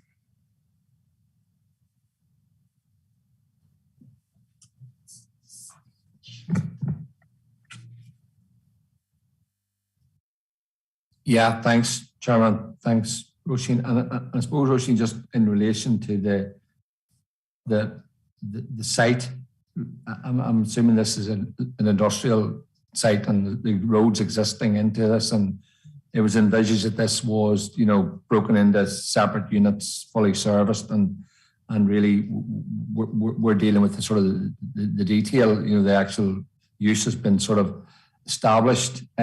So I suppose I've sort of seen the drawings. We're retaining I think we're retaining all the landscape. Is there any additional landscape being provided or fencing or anything like that between the boundary of the proposal and obviously the residence above?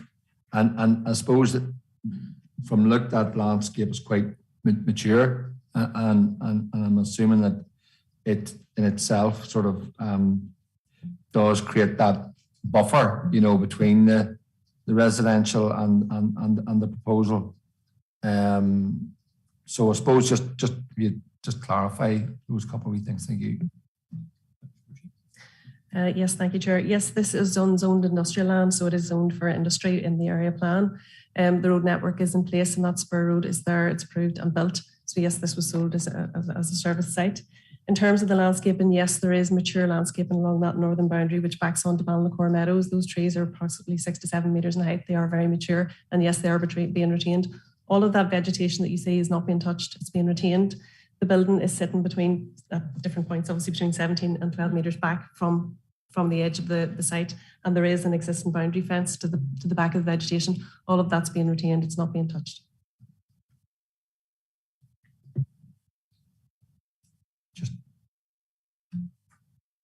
Yeah, thanks, Rishi. And sort of given that to be the case, I see there's a wayleave around the building for, obviously there must be a small stream there or something. So, and that will not affect the building's far enough forward. You're happy enough that it doesn't affect that existing belt of vegetation to allow for that? Because obviously this is on the other side of the stream. So just to clarify. Yes, those tall, mature trees are all on the other side of the ditch or the stream or whatever you want to call it. But yes, Rivers Agency have asked for a 5 metre wide maintenance strip. Now there is low scrub on that maintenance strip, but that wouldn't be touched. It would only be touched in the event that Rivers Agency require access to it. And there's a condition on then that any vegetation is removed will have to be replaced at some point. But no, we're satisfied that those tall, mature trees that you see in photographs will be retained. Okay, thank you. Any other queries, members? If not, then we'll move into the debate phase.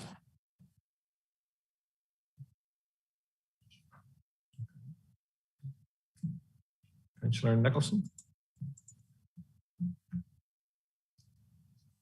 I'll make a start. Sure. No, look, look again, very detailed report, and obviously all the different consultees have been, consulted with and things addressed. And again, it's zoned industrial land. There's been a noise assessment carried. The conditions there are there for, you know, hours of use, which the agent and the client confirmed they're happy enough with. So, and there's also sound conditions on the actual building. So, you know, I think it's a good, robust application. Again, it's been well sort of vetted by our planning officers. And I think it's, you know, it's good to see this type of development happening, you know, in these vacant, which was envisaged for them, you know. So I see it as a good sound application, Chairman. Thank you. Alderman Twyble.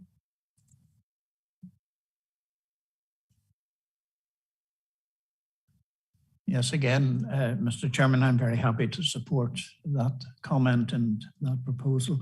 I know the site very well, born and bred in that area, and I know it was part of the original industrial designation of the Craigavon plan. And so it has always been known as an industrial potential site. And this is a step forward in the plan. I'm very happy to support it and second the proposal. Thank you, Alderman Twyble. We're not just at the proposal phase yet, but we will be very shortly, because I don't see any other lights on at this stage. So we will then move to a decision, to proposals.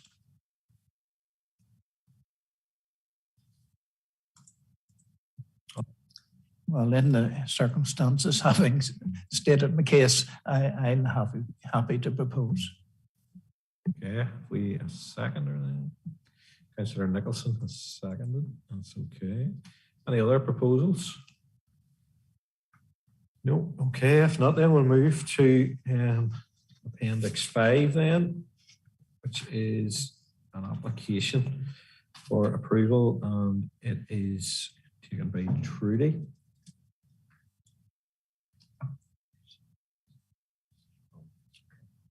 Yeah, and we have Alderman Jim Spears making a representation. So it's just a way to get Jim out of the foyer.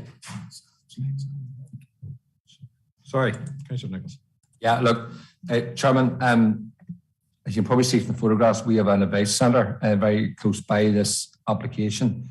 And I was in the office one day and we received some, you know, obviously discussion from some of the objectors to this application within the office. So I explained that I was on the planning committee and obviously we didn't discuss it, the merits of it. So I'm happy to sit on, Chairman, and have that recorded with an open mind. So thank you. No, it's useful to know, and we will have that noted, Councillor Nicholson, as part of the protocol, no problem. Alderman Spears, you're very welcome along to the committee. If you want to maybe move up to that other microphone, would that be? Or can we get the... Oh, it has one there. That's okay. Instead of... That's grand. And we also have Colin Lindsay. Colin, we just do a wee sound check. You can hear me okay? Yeah, I can hear you, Grant. Can you hear me?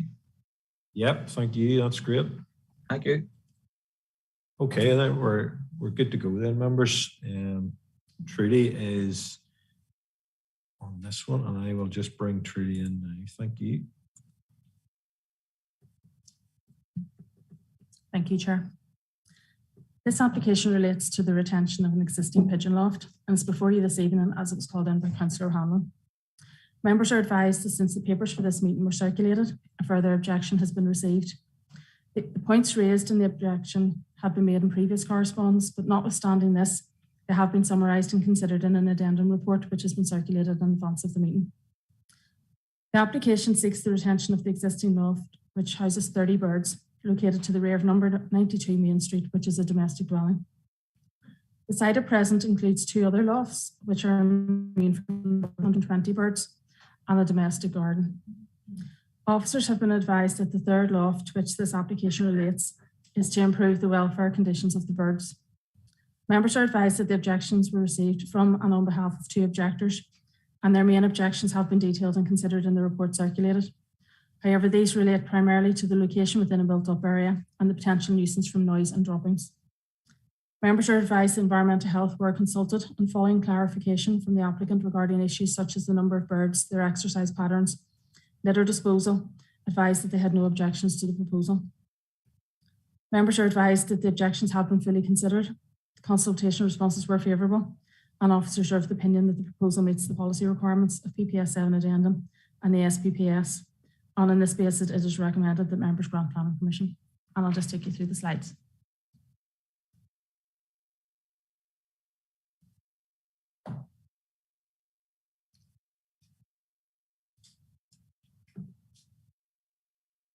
So like the last one that I presented, we're in Market Hill again. This is our site location plan. And the next one, please. This is an aerial photograph that gives you a view of the wider area. And this is our application site. So our site is marked by the green lawn right in the centre of that photograph. The pigeon lofts are just to the north of that lawn. Next slide, please. So this is a picture showing the frontage. So that's number 92. You'll see that it's a butcher's and a dwelling. And to the rear then, this is the photograph of the pigeon loft to be retained. And the next one is another photograph then of the same pigeon loft. You'll see the other ones adjacent to it. This is taken from the rear of 92. When I went out to take the photographs, I was led through the butchers, and there's a metal set of steps at the back of it from first floor level. So this is taken at first floor level out over the existing garden and pigeon lofts and buildings. So those buildings you can see the roof of are actually the neighbours to the south. And and this one, no, it's okay, Patricia. This little veranda then belongs to number 92. Next slide, please. So this is taken from the back of the garden, looking back up, and shows you the existing pigeon lofts that are immune from enforcement action, and the one that we're concerned with just at the top. It also shows you that then the rear of the buildings that are along Main Street. This is taken slightly further up, and again shows the veranda that's associated with 92, the metal stairs that I took the original beginning photographs with. The objector then, one of the objectors is from the building to the immediate right in that photograph. Next slide, please. So this is again taken from the rear garden, looking directly across at the pigeon lofts, and again the one we're concerned with is the one immediately to the left. This is taken from the side alley, so this is looking back up. There's an access and large metal gates that close that off, and then we have the objector's property to the right-hand side of the photograph. These are our elevations and floor plans. And this is our layout showing the arrangement of the back garden and where everything's positioned. And this is a land use submitted by the applicant, so anything that's green is considered to be amenity space. Anything that's blue is a domestic property. The yellow indicates a nursing home. We've had a check at this, and we have no reason to disagree with his assessment of that. Just thought it might be useful for you to see that. And that's it. Thank you very much. Okay, thank you, Trudy. We have Honourable Jim Spears, I have noted, who is here to make representations in objection to the application. Alderman Spears, you'll have 5 minutes to make your comments on the application, and that time will start. You'll see the screen. You've been here before, the screen up in front of you. So that's just your timer, and it'll start whenever you start your remarks. So feel free to start whenever you're ready.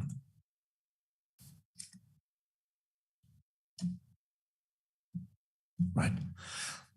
Chairman, first of all, thank you for the opportunity to come along here on behalf of the principal objector in the person of Mrs. Willis.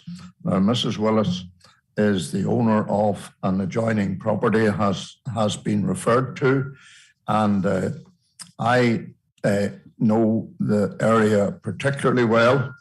I have some knowledge of the damage that pigeons can do within a built-up area or a residential area. I live not far away, and I used to have a pigeon loft at the bottom of the road with 3 or 4 houses, and the pigeons had an awful habit of landing on our property, and it wasn't particularly a nice situation in many occasions. But in relation to this property, and I have along with my constituent is Mrs. Willis. Now, she has sent me along with a few slates. Now, this is one of the slates that is off her roof. Now, her roof has been, I understand, it has been replaced on a couple of occasions. Now, she tells me that this is, and I am aware that this is the result of pigeons on the roof. Now, I visited the property and actually I've seen about 30 pigeons sitting on the roof. And as a result, this is the damage. Now, if that was your house or mine, or I suspect anyone in this building, we would be asking questions as to the suitability of a pigeon loft or pigeon lofts at that location. And that is the concern of Mrs. Willis. Now, I'm not sure whether, and I've explained this to Mrs. Willis in relation to it, but I know that the planning committee have powers of mitigating some of these things, and I'm not sure whether or not they can enforce conditions in relation to this, but it obviously is a problem, and it's a problem that will not go away until something happens. I see the clock ticking, Chairman. I have no desire to speak at length any further about it, but I do appreciate the indulgence of the committee, and I would beg your consideration in relation to this matter. I think it is one that does deserve proper consideration because it's evidence, and I have another slate, and it's just as bad. And this is a result of a damage that has been done to the roof, and she has replaced some of the slates. And there are many more that are now ready for replacing on the same roof. Thank you, Chairman. And any member has any question, I'll endeavour to answer it and not promise. Thank you.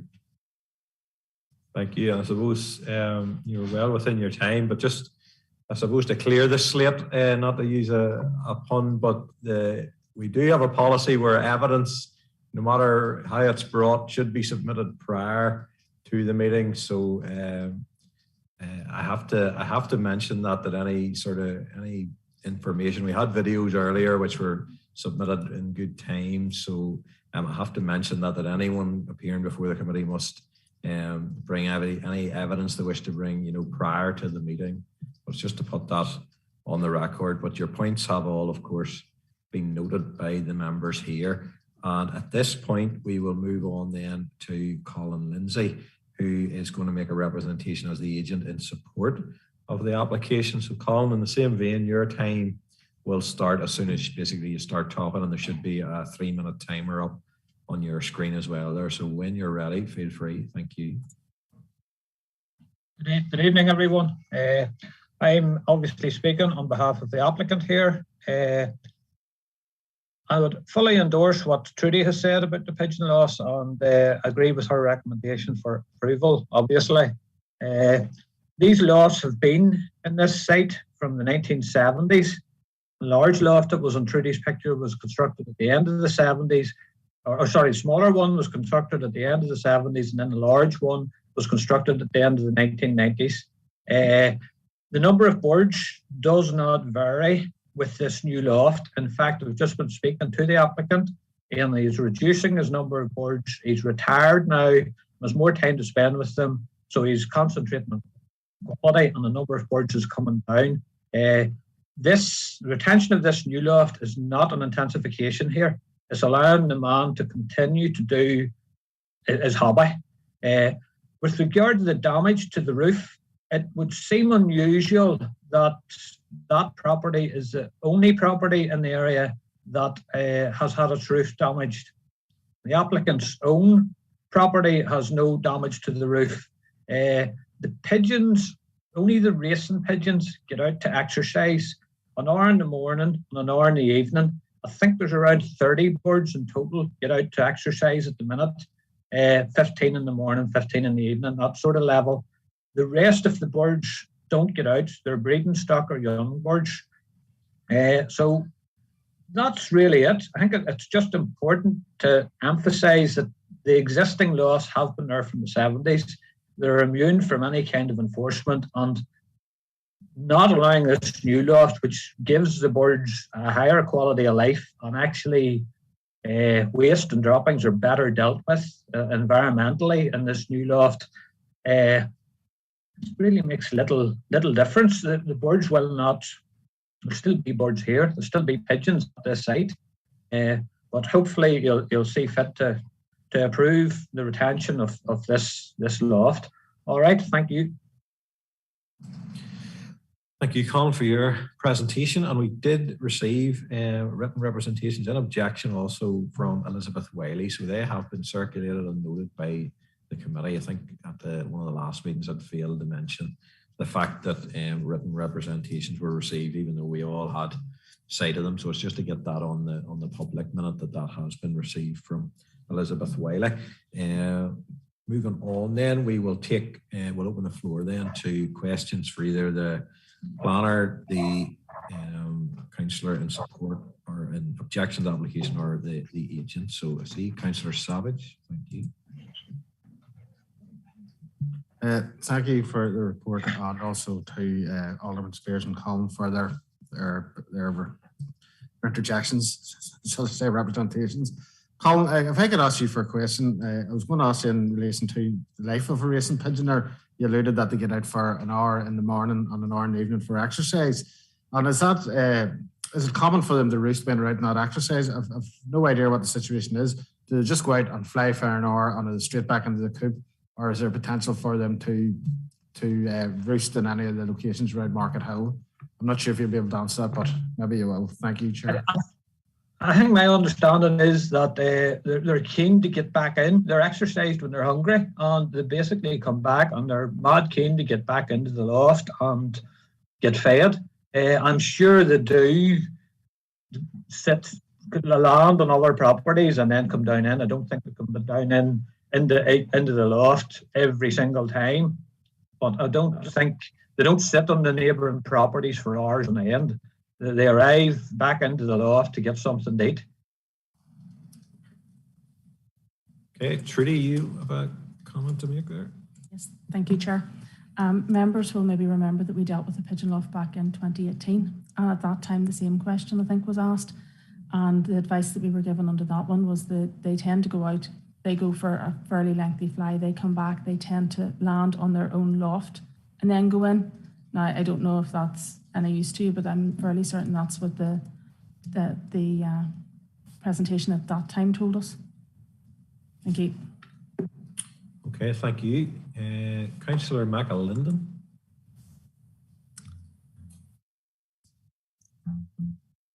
Thank you, Chair. And a couple of questions.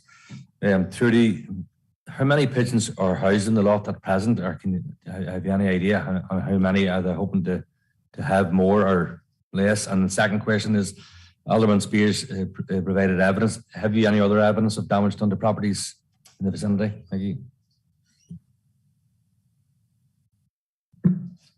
Thank you, Chair. Okay, Trudy.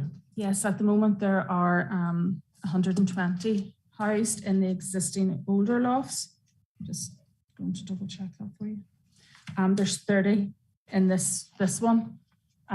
They are there and have been for in excess of about 4 years anyway. It's not the intention, we're led to believe, that this is to increase numbers. It's to provide better welfare and easier cleaning facilities for the applicant. So the number won't increase by approving this if we do.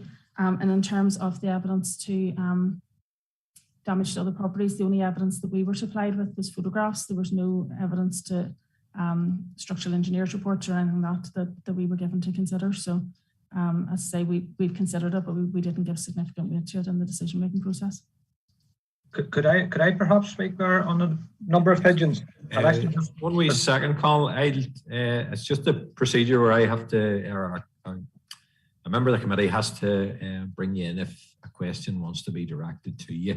But that'll be up to Councillor McAlinden if he wishes to seek more clarification. But his light is on, so we'll go back to him. Thank you, Chair. And yes, I'd like more clarification from Colin, please. Thank you. Colin, going ahead. Thank you. Apologies, I haven't been to too many of these meetings, so not entirely sure exactly what order I can speak in. Basically, the number of birds is actually down at the minute. It's the end of the racing season, and it's taken quite a toll on his pigeons. He's down to about 80 birds at the minute.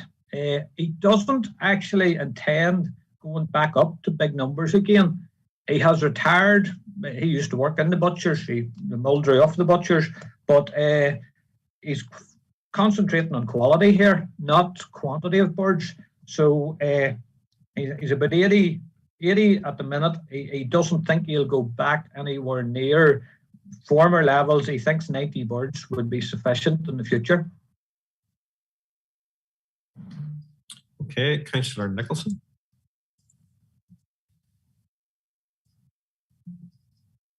Yeah, thanks, Chairman, and thanks, Trudy, and thanks everybody for their presentation so far. Trudy, again, just clarification. I appreciate these pigeon lofts are in situ for a long time and therefore exempt enforcement. But did they ever have a planning application? Was there ever anything applied for this type of development in these gardens? And what is the current policy in relation to planning procedure for this type of development?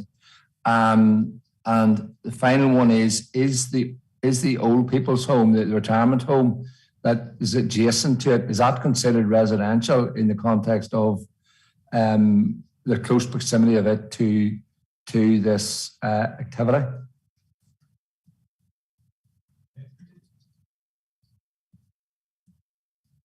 Thank you. Thank you. In terms of the planning history, there is no planning history associated with it. We're aware from speaking with the agent that there's been lofts on this site from 1974. Yeah, 74. The current ones we have gone back on aerial photography, and the earliest we can go back is 2006, and it's clear that the lofts that are there now were the ones that were there in 2006. And to be honest, the aerial photography suggests that they were there for some time. The site visit also shows that those ones are quite aged. So we are of the opinion that they were immune quite some time ago. That was during the time, obviously, of the department, and we don't know whether there were any complaints raised or what, but we have no enforcement history associated with those ones. In terms of the current policies, you will be aware again from the 2018 application that we don't have a policy on pigeon lofts. So we have to assess them against EXT1. It's our domestic one. You'll also be aware that the use classes means that we can't have, the permitted development rights mean that while pigeon lofts are a domestic hobby in a sense, they aren't considered to be ancillary for the purposes of your PD rights, and you must apply for them, which is why we've got the application. And in terms of the nursing home at the north end of the site, they do have an area of amenity out the back, and that was taken in consideration, but there is a significant distance between them. The other thing that we took into account was the fact that the flight path for these birds is predominantly towards Gosford.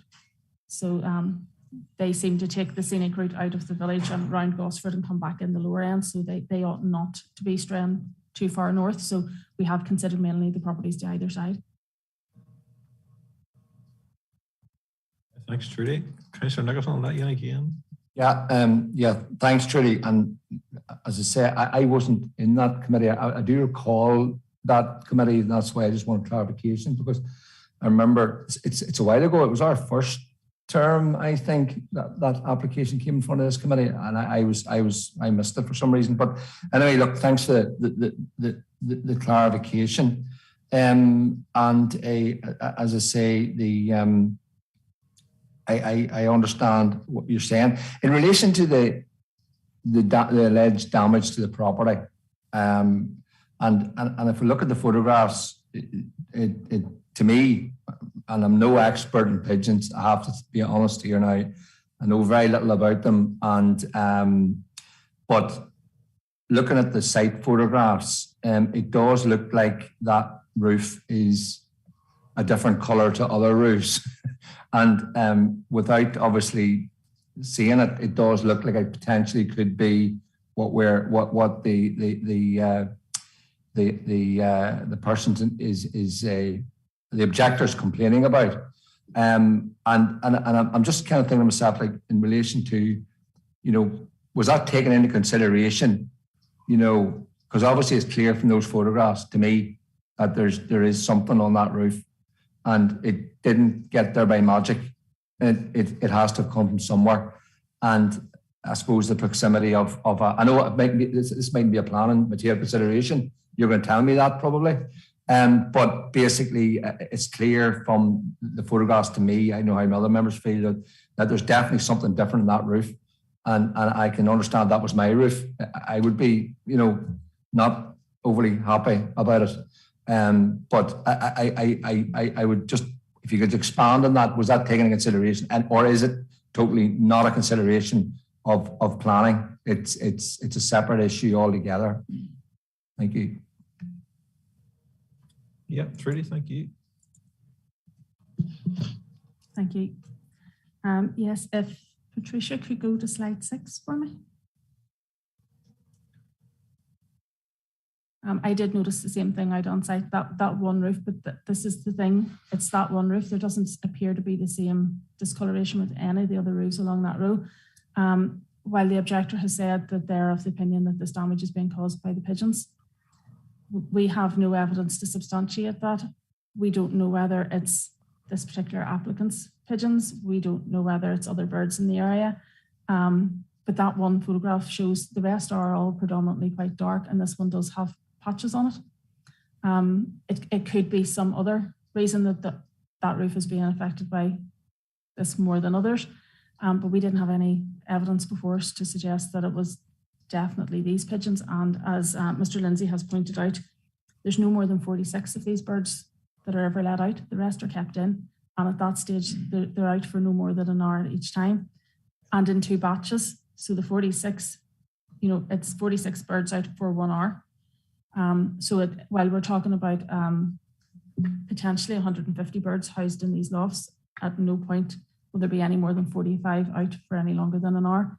And taking that on board, we didn't feel that was a significant reason to warrant a refusal. The objector could go down a civil route if they saw fit. You treat it. Commissioner, are you looking in again? Just okay. We'll do it. Just to sum up, Chairman, sorry. No, look, I don't know, again, it's something did you consider conditions? Obviously the agent, as he said, the applicant is now reducing the number, and which would be obviously, I would say, welcome maybe by the objector.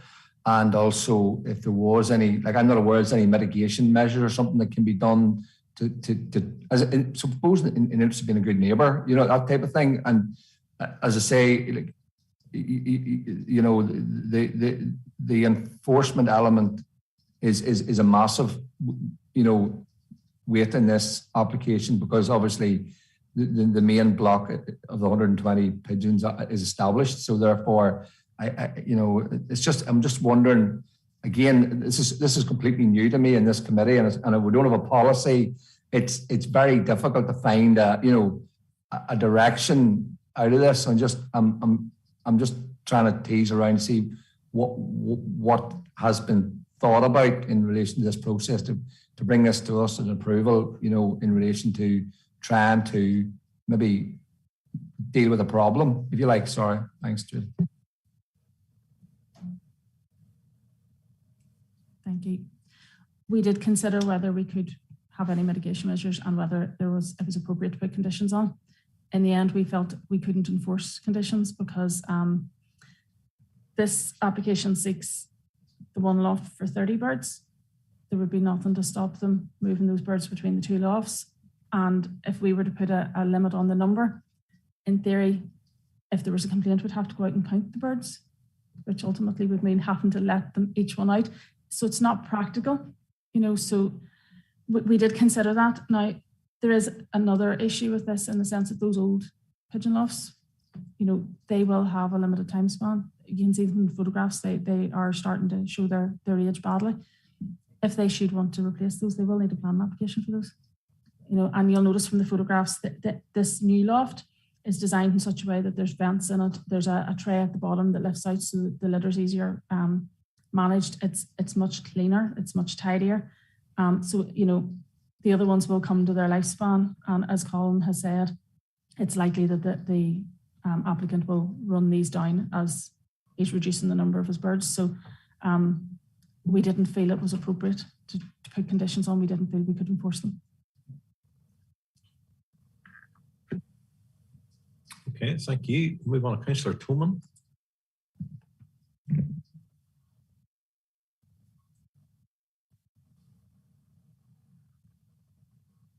Thank you, Chair. Just a question for Trudy, just in relation to the consultees. We have environmental health and HED. Are they what I'm trying to say is that, are they the correct consultees to go to in relation to trying to establish the health hazards of pigeon droppings or the damage in relation to other houses? Should we be seeking any professional opinion on it or anything, or some clarity around that? Thanks.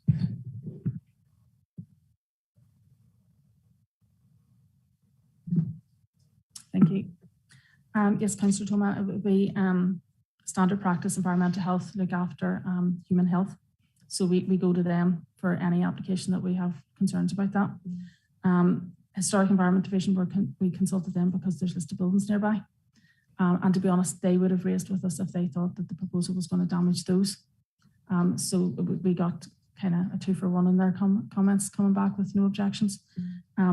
These would be fairly standard. There isn't really anybody out there in terms of our consultees that would have this either specialism or the willingness to comment on an application like this.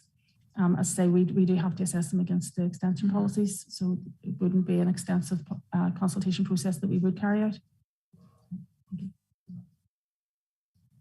Okay, Councillor McNally.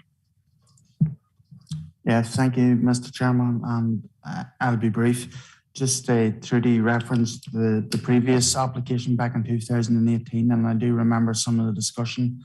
I believe there was a site visit at the time. I don't think I was on that, but I remember that. Back at that time, I remember environmental health took readings for noise at certain receptors. Obviously, the cooing, flapping of wings, and all was used as an issue from the third-party objectors. Another issue that raised at the time was the potential for pests in and around or under these lofts. I suppose my question is, Mr. Chairman, I'm not seeing that in this report, and just invite a few comments from Trudy, just to make sure that all the I's are dotted and T's crossed, please. Thank you. Trudy, thank you. Thank you. There are some similarities and some sort of differences between the two applications. The previous application was in Tandragee. It was in a predominantly residential area. It was a row of dwellings. And at that point, environmental health had received a number of objections to them directly in terms of the noise, potential smell and vermin. So they have been doing their own investigations on that one. This one's slightly different in it. It's a mixed area. It's predominantly businesses with some apartments above shops and the odd standalone dwelling. This one, the previous one, we had quite a lot of debate on it. It was the first time anything like this had come before the members, and there was questions about the likes of vermin. So because we'd been out to the site visit for that one, we paid attention to those particular queries that was raised on that application when we considered this one. So this one has been designed in such a way that vermin won't be the same issue on the basis that it's raised off the floor. It has that litter tray. The old ones, we don't have any control over those, and they may cause an issue. Now, on the day of the site visit, for the one in Tandragee, the members paid particular attention to any noise and that, and they walked up and down the front of the lofts, and I did exactly the same for this one. There was very little noise coming from them, and I did particularly look for the likes of extra drop-ins or vermin, and to be honest, there were drop-ins around the old lofts, but nothing really to any extent around this one we're considering. There was no sign of any vermin. The garden was, to have to say, was immaculate. as I say, the only issue I seen was with those lofts that we have no control over. There were some droppings around it, but apart from that, but they were all things that I was mindful of, having been through this process with the committee before, to keep an eye out for. Okay, members, any other queries on this one for Colin? I can only bring you in when someone asks you a question.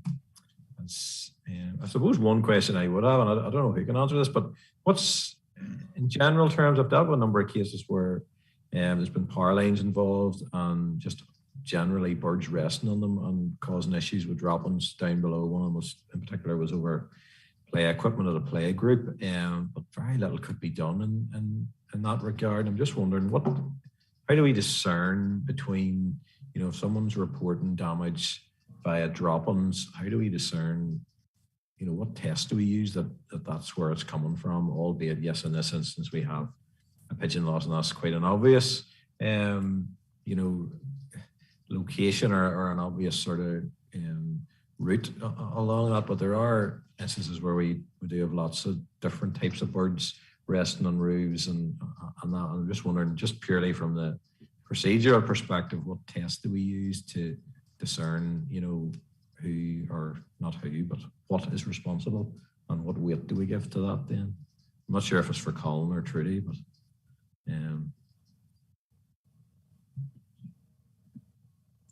I don't think I can answer that question. Thank you. I could have provided a wee bit more information on some of the other items, but if I'm not asked, then I'll not say, unless I'm allowed to speak a wee bit about the roof and the vermin. Well, in terms of the roof, Colin, if you have some contribution to make, I'm happy to hear it at this stage. If you feel you have something to add in that regard. The only thing I would add is that I've been made aware by the applicant that the only roof that is regularly washed in the area is the one that belongs to the complainant. So she power hoses that, and there may well be chemicals in it. In relation to the vermin, the one thing I would say is that Mr. Muldrew owned and operated that butcher's shop for years. Whilst he's retired, he still his name over the door. And the last thing they want about that place is vermin. I know the butcher's has a 5-star rating, and I think he'd be doing everything possible to ensure there is no vermin brought to that site via his pigeons. And that's really all I would. There's a lot of wild pigeons supposedly have been the knocking down of the mart. There were a lot of pigeons roosting there, and they're now floating about the town since the mart has been demolished. So I would say there's more potential damage coming from those than these pigeons that are out restricted numbers and restricted times, and they are coming back hungry after exercise and looking to get in and eat. Okay, thank you, Colin. Trudy, just in terms of the weight we give, just from my perspective on the source of this, what tests do planners enact in that regard? Thank you, Chair. To be honest, while the objector had written into us saying that it's their opinion that it's these pigeons that's causing the issue, and had given us the photographs, we had no real evidence to prove that.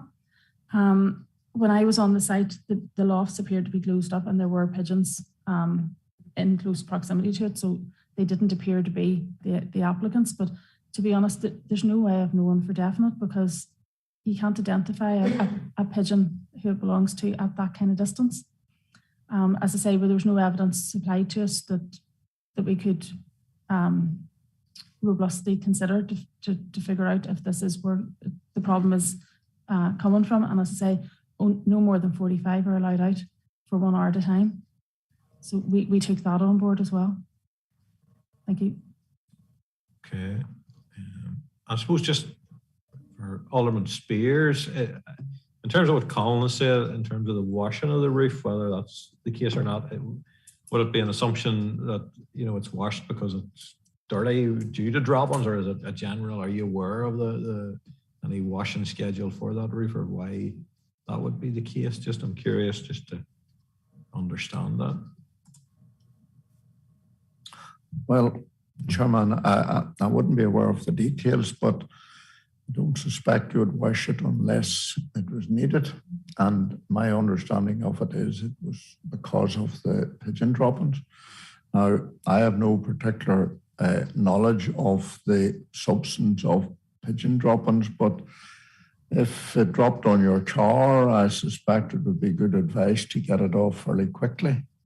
It does have an effect, as you have seen on many occasions, but I have no specific knowledge as regards the nature of it or what the content is. But my understanding is that it's the pigeon droppings that is the cause of it, and it is the need that Mrs. Willis has indicated to me that she has cleaned her roof and had it power washed. And other than that, I can't comment further, really. Okay, thank you. Members, I don't see any other lights on. We've given it a fair discussion, so we will move into the debate phase. Councillor Savage. Thank you, Chair. There's one thing's clear that from this debate is that the issue of pigeon dropping is not going to be resolved by whatever decision we arrive at tonight, members. There will still be pigeons on the site if we refuse this, or, you know, and that's not going to change the problem.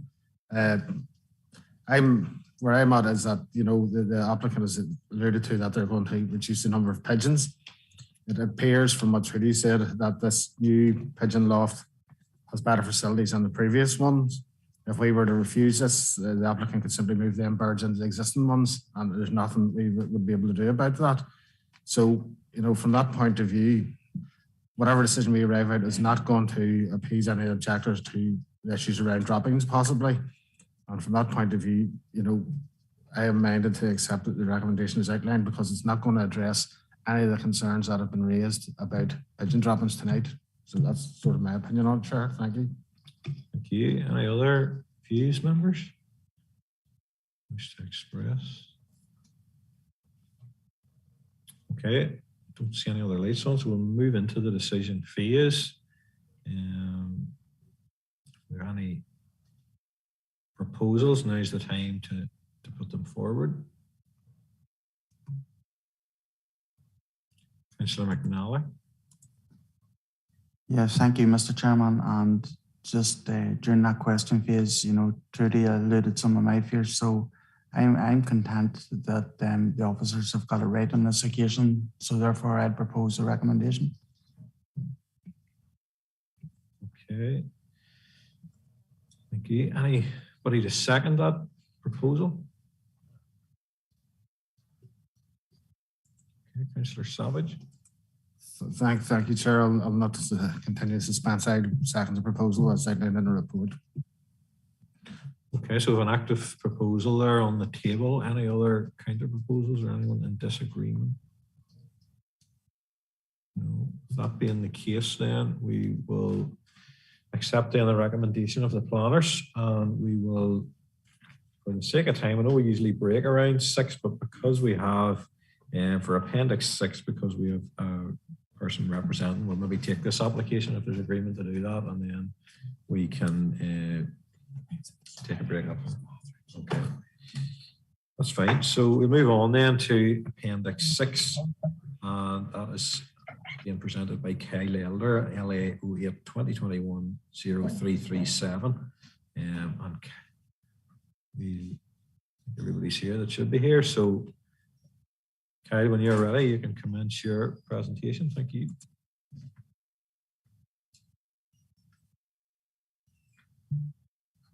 This plan application seeks full plan permission for a number of elements, including the retrospective change of use of the buildings and yards on the site from their previously authorised use by a horse breeding business, with some buildings used for storage and repairs, to use for industrial fabrication processes, so use class B3, and associated warehousing, use class B4 with associated alterations.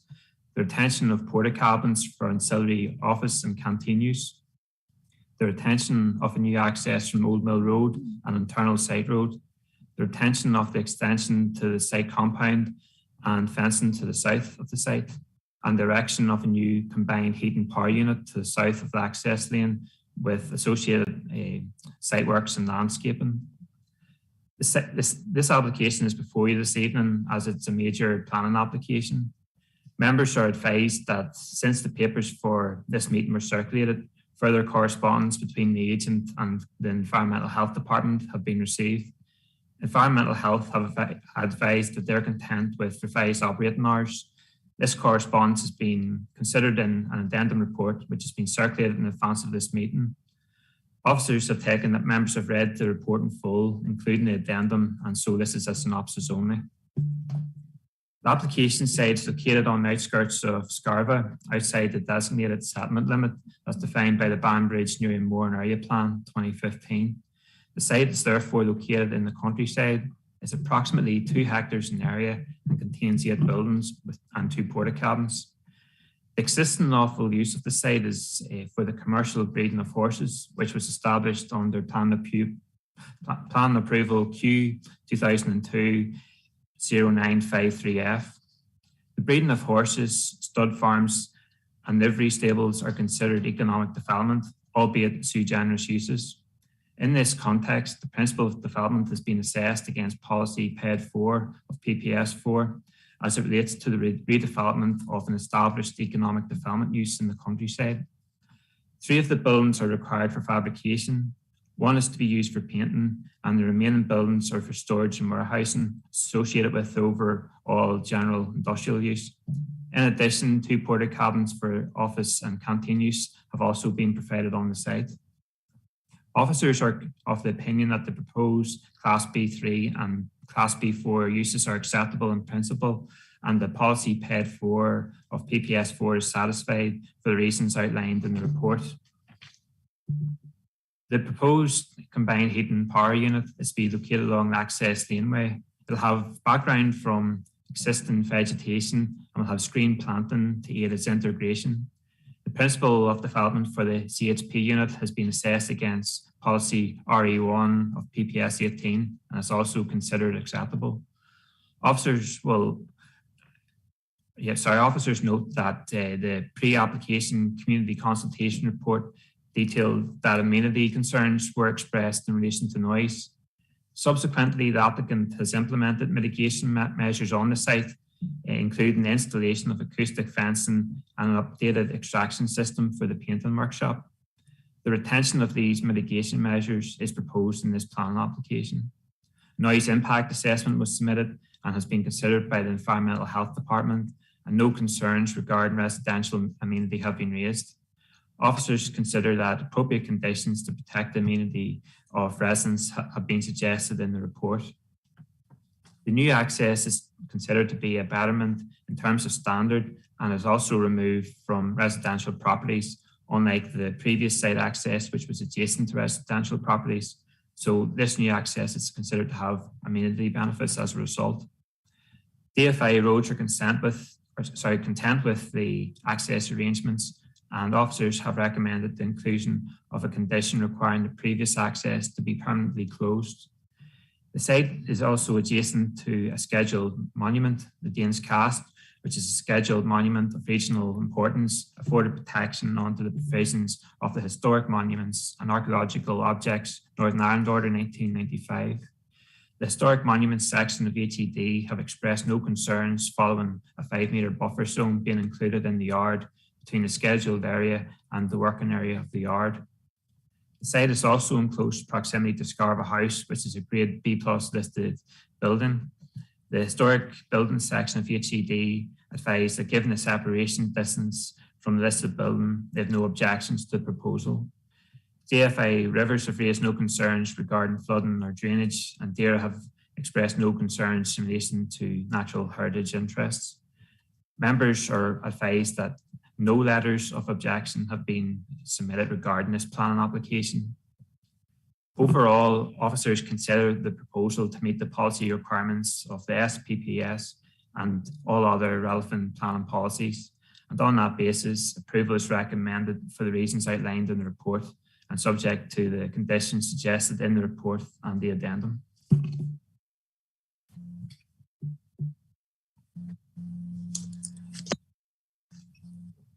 terms of the presentation then.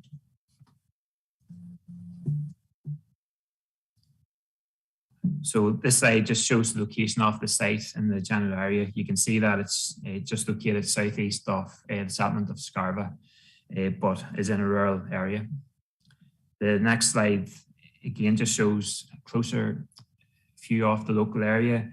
To the northeast of the site is further commercial buildings. Just to the south of the site with the blue dots there are residential properties. And then further southwest of the site is Scarva House, which is the listed building. The next slide then just shows the red line boundary of the site, and the site location plan is on the next slide.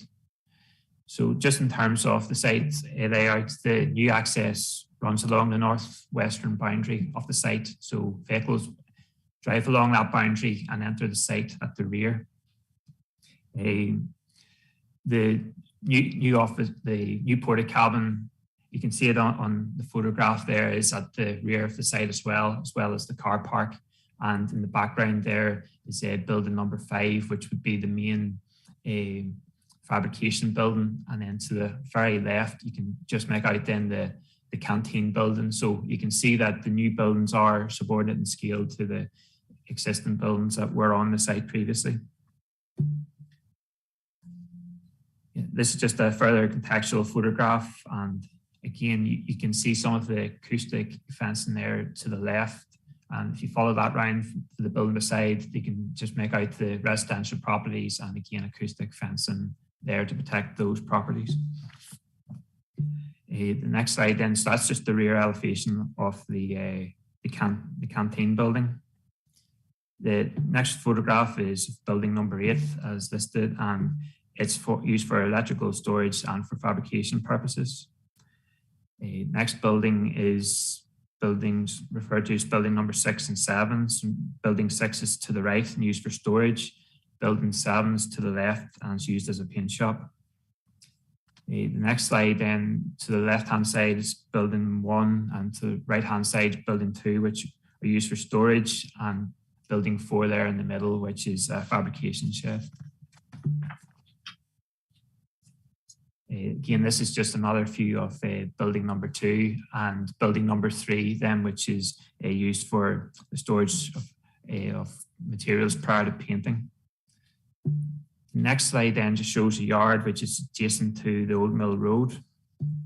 And then on the next slide then, this is a view of the access laneway facing towards Old Mill Road. So on the left-hand side of the photograph in the grass, that's where the CHP unit is proposed. And then the next slide will show the elevations of it should have been elevations of the CHP. But this is the acoustic fencing that goes around the number 24 Old Mill Road. And you can just see the previous access there, which was very close to the property. Again, just showing you the previous access arrangement from the road. And then finally, this is a photograph of the yard, which is adjacent to the Danes Cast. So it's the scheduled monument. There's the belt of protected trees. So there will be a 5-meter buffer within that yard. Thank you. Okay, thank you, Kyle. We have Jimmy McAdam, who is from McAdam Stewart Architects, and he's going to make a representation as easy in support of the application. Jimmy, can you hear us okay? Now, you wouldn't do a wee mic check just first that we can hear you? Yes, Chairman, I can hear you clear. Hopefully you can hear me. Yeah, I can. That's great. Good, good, excellent. At this stage, we'll get the timer on the screen, and then you'll have 3 minutes to make your representation, and it'll start whenever you start talking. Thank you. Good evening, Chairman and members. I'm here, of course, in support of the planning decision for approval of this application. The occupant is a business called Alternative Heat, who are based in Banbridge and Scarva, and I would say, be the largest employer in the area. I really wish to comment on one point only, and it has already come up as an addendum to the decision, and that was condition 6, which is regarding the opening hours. Originally, these were quite restricted, and when I explained this to Kyle and also Shauna Livingstone of the Environmental Health, they both agreed that perhaps there could be an amendment to these hours. The present business operates from 7 in the morning to 6 in the evening. The previous recommendation due was from 8 to 5.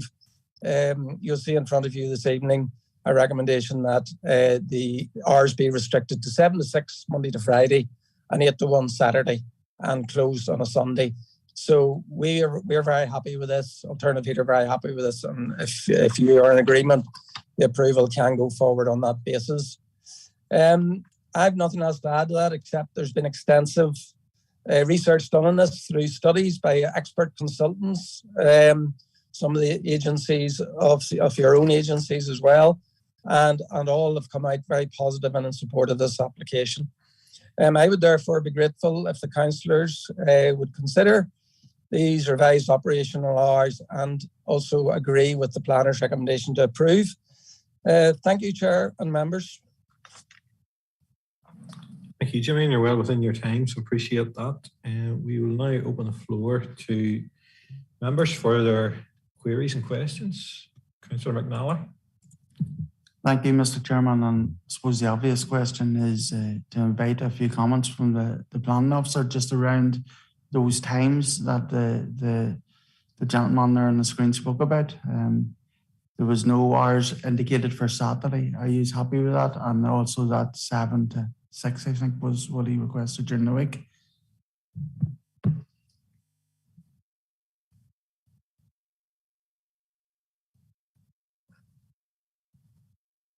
Yeah, and thanks, Chair. In terms of the hours, the original condition was based on information provided in the noise impact assessment, which had suggested operating times of 8 o'clock to 5 o'clock.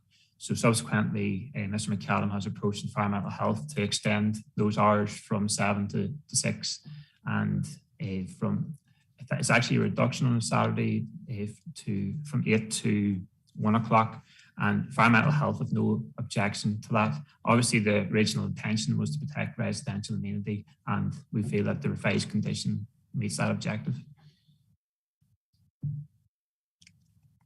Okay, thank you, Kyle. Any other queries or questions, members? Okay, we'll move then to the debate stage. Councillor Lavery.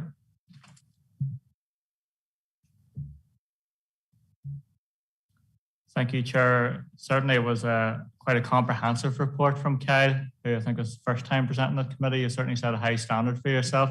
Sometimes when so much information is presented so clearly, it's hard for us to ask questions as it's all there. So and I think the right call has been made by planning officers on this one. And to do note the appendix, or related to the changing condition of the operating time. So I'd be inclined to think that the recommendation before us is appropriate. I don't know what other members think, but we may be on it. Thank you, Councillor Lavery. Any other views, members, at this point? I'm detecting an agreement coming, so we will maybe then limit our time as we move to the decision phase. Councillor Lavery.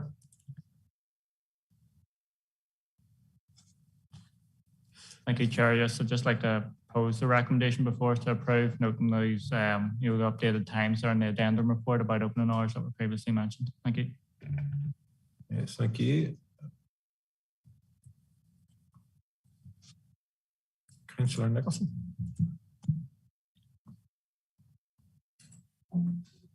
Yeah, Chairman, I too would like to welcome Kyle to the committee as first run out, so to speak. And again, he is sort of, as Councillor Lavery said, has set quite a standard in the content of his report. It was very hard to find a question.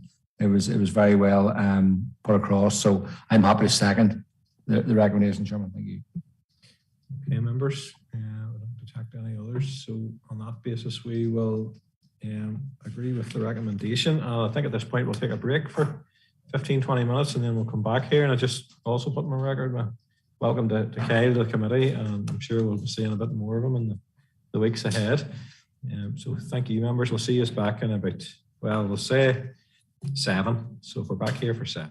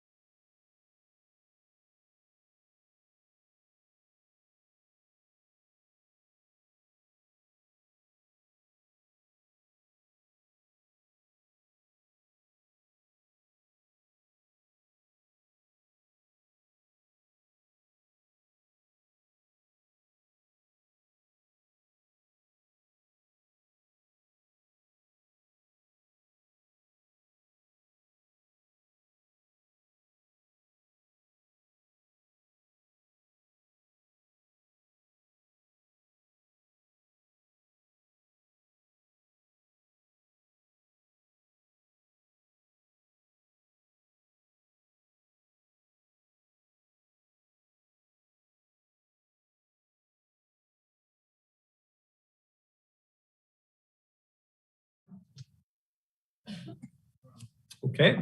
And we'll move on then to Appendix 7, and that's application LA 2022 0012F, and it's approval, and Sinead is presenting this one. So Sinead, whenever you're ready, thank you.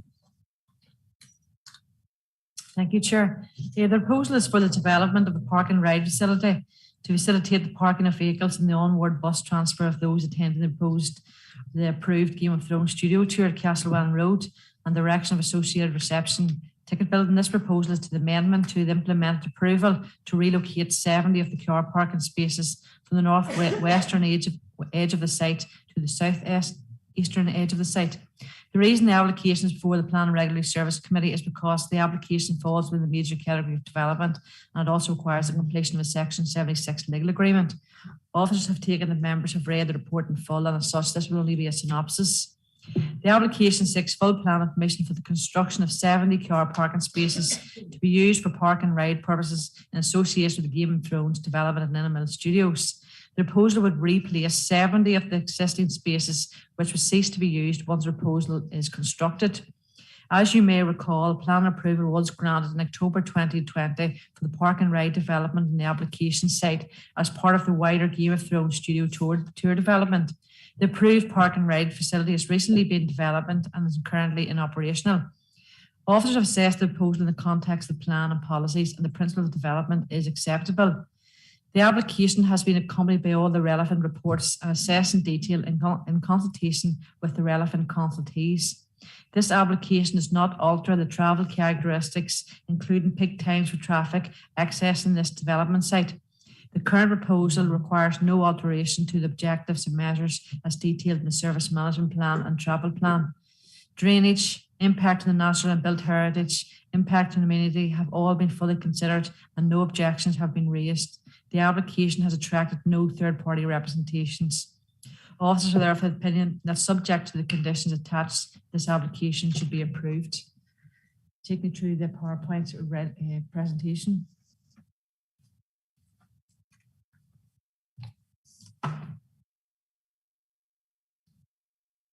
It shows the location of the site in the general area, so the south of Banbridge Town Centre. That just shows a general location of the site within the general area. And that is the red line boundary of the application site. So that's the proposed layout. Say the site layout, the construction or the car parking spaces are to the left-hand side and the new ones are to the right-hand side. So that shows a concept. So the yellow hatched area are the 70 places that are to be replaced to the ones on the right-hand side, which is hatched green. And that just shows a view of the site. So it's to the north of that reception ticket building at the present time. So that's going to be marked out for 70 car parking spaces. And then that just shows the existing car parking spaces. Actually, the red arrow should be further to the left, and they're currently constructed, but they will be relocated after this one, if approved, is constructed. And that just shows the layout and landscaping proposal. So as before, that there's a landscaping through the centre aisle of mature trees. And that's it. Thank you, members. Sinead, for that very concise report. Any queries for Sinead? With no other people presenting tonight, so any queries? Very content. Okay. Any debate or any views, members, you wish to express? Not detecting any, so I'm content to move to decision. Councillor Savage. Thanks, Chair. I'm happy to propose based on the report you provided, and it's essentially just moving some car parking spaces about on the site. So I don't think there's any major issues. So I'm content to propose to accept the recommendation. Thank you. Councillor Nicholson.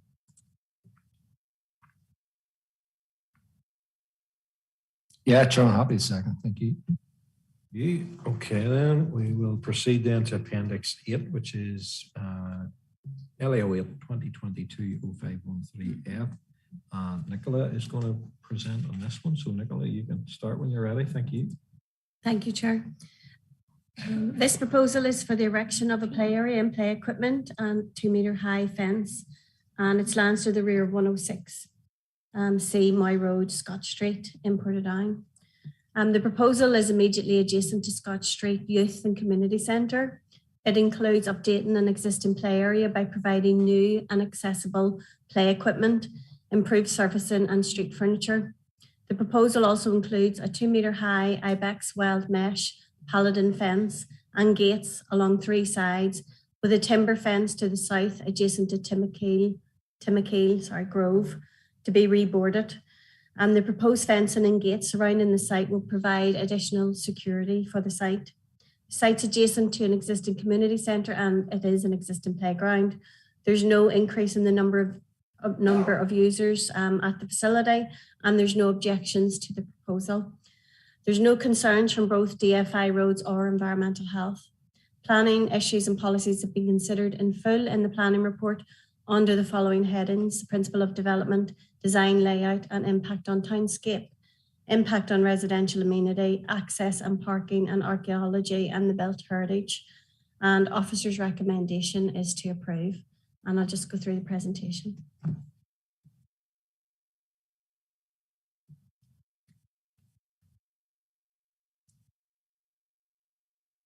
Okay, so this is it. It's just in Scotch Street, as you can see, just outside to the west of Portadown.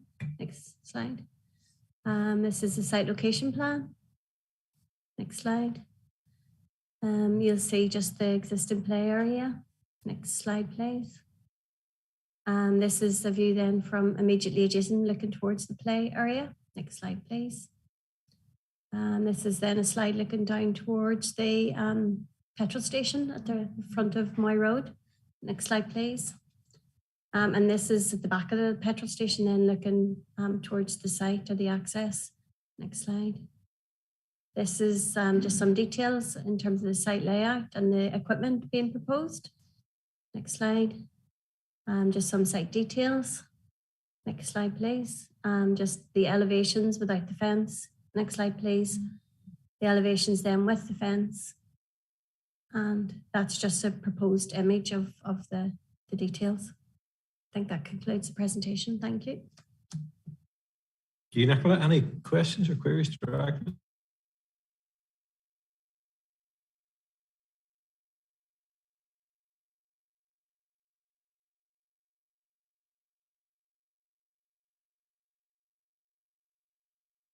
The report.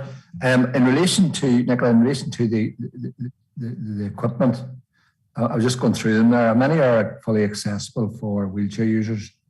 Obviously, that's obviously part of our play strategy. Do we know? It just wasn't really clear on the report. Just for clarify that. Thank you.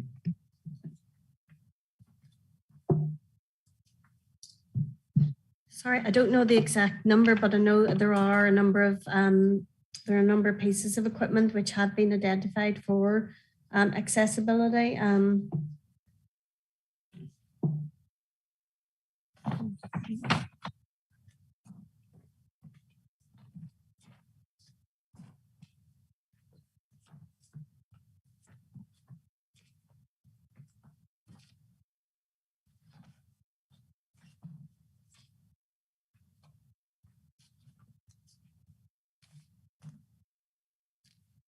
There's a treehouse themed multi-activity play unit, which looks to be, there may well be accessibility in the lower sections of it for wheelchair users. There is rotating equipment, which looks to be accessible equipment. A swing, which is for motor disability, sensory disabilities, learning disabilities. A set of swings, again, for motor disability, sensory disabilities and learning disabilities. There is a specially adapted swing being provided for disabilities.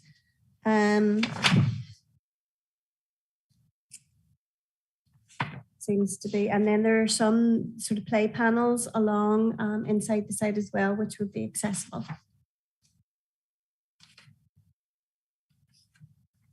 Thank you.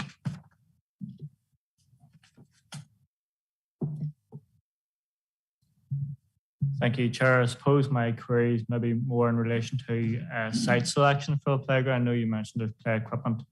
on site. I'm just conscious that looking at the images and presentation, it seems to be if a child wanted to use the play equipment, that they would have to go through an industrial type area, petrol stations noted here. And whether officers considered, safety in terms of access to the site, because I know it is the red line, the application does extend to the road, and those aspects in terms of child safety, in terms of navigating into the site. Again, maybe this has always been a historic place where the play park has been in Scott Street, but whether that's been considered in terms of child safety getting into the play park to utilise it, given that we're looking at a couple of car parks here by the look of it, maybe would have a lot of traffic flow if it is a petrol station, so on. So just maybe some clarity around site selection and safety of children navigating into the site. Chair. Thanks. Okay, Nicola, if you can address any of those points. Yes, well, the site is accessible from the residential area immediately adjacent to it, and there is a footpath then from that area across into the play area. The play area will have paladine fence all the way around it, and it'll be secured off. So there are gates proposed in terms of accessibility and being able then to lock the park up. There is a filling station further along to the north of the site, but there is adjacent car parking beside it. But there is accessibility to be able to provide access from the residential area without having to transgress across those vehicular areas. I'd imagine that the council selected the site, or it's been proposed by the council because of the existing play, the fact that it is an existing play area, and to upgrade the equipment, because I could see that the equipment that's currently in place isn't as accessible, and it does look fairly dated. Okay. Okay, any other direct queries for Nicola? Okay, members, we'll move to the debate stage. You want to put forward your views? I detect some contentment out there. So on that basis, we'll move to the decision phase. Take any proposals, members, at this point. Councillor Nicholson.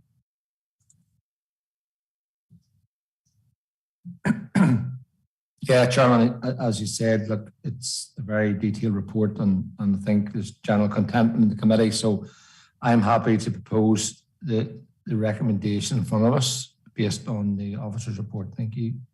Okay, Councillor Lavery.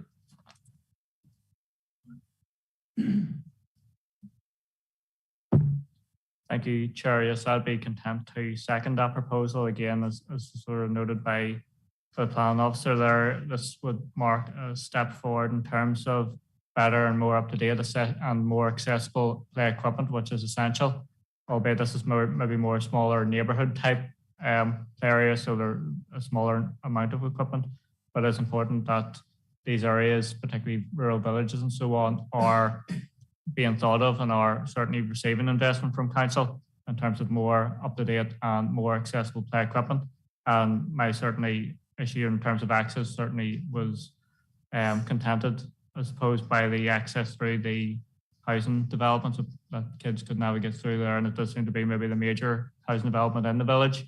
So it would say appropriate in that way. So as I said, I'd be content to second Councillor Nicholson's proposal. Thank you. Thank you, Councillor Lavery.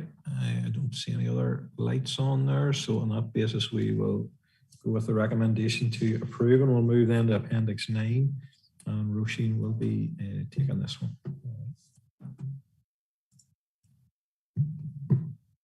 Thank you, Chair. This is for the erection of 3 6-metre high flagpoles and bases at the Downshire Arms Hotel in Banbridge. And the application is being presented to Planning Committee as the council is the applicant. The application is accompanied by an application for listed building consent, as the Downshire Hotel is a listed building and the proposed development is located within the listed curtilage. So Appendix 11 on the schedule is the listed building consent, and I'm going to present both together. So the application site consists of an area of hard standing within the existing car park of the hotel. It's within the settlement limit of Banbridge, the Banbridge Town Centre and the primary retail core as identified in the area plan, and is located close to mixed retailing and residential properties. The flagpoles will be located behind the existing stone wall which surrounds the southern boundary of the car park flags are not included as part of this application. The proposal will be viewed in the context of the existing junction, which is a number of similar structures in the form of lampposts and welcome signage to the roundabout. Officers consider that the installation of 3 6-metre high flagpoles at this location will not detract from the character or environmental quality of the area. Officers in consultation with DFI Roads are satisfied that the proposed development will not prejudice road safety or significantly inconvenience the flow of traffic. As previously advised, the proposed development is located within the curtilage of the Downshire Hotel, which is a listed building. Officers in consultation with HED Historic Buildings have assessed the application and consider that the proposal exerts no greater demonstrable harm on the nearby listed assets than that which currently exists. The nearest residential dwellings are Beachfield Court, which is approximately 50 metres west of the subject site, and officers are of the opinion that the proposed development does not unduly impact on residential amenity. Officers recommend the plan of permission and listed building consent to be granted subject to the conditions listed. And I'll just take you through the slides.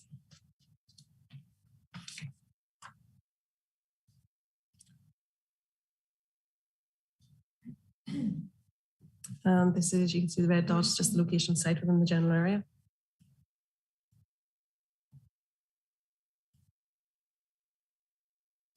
And that's an aerial view of the proposed site. You can just about see the application site outlined in red there to the south of the Downshire Hotel. And that gives you an indication of the location of the 3 flagpoles that are proposed. And that's the elevation of the flagpoles. And that's just a view of the site. So you can see that the flagpoles will be located just behind the stone wall.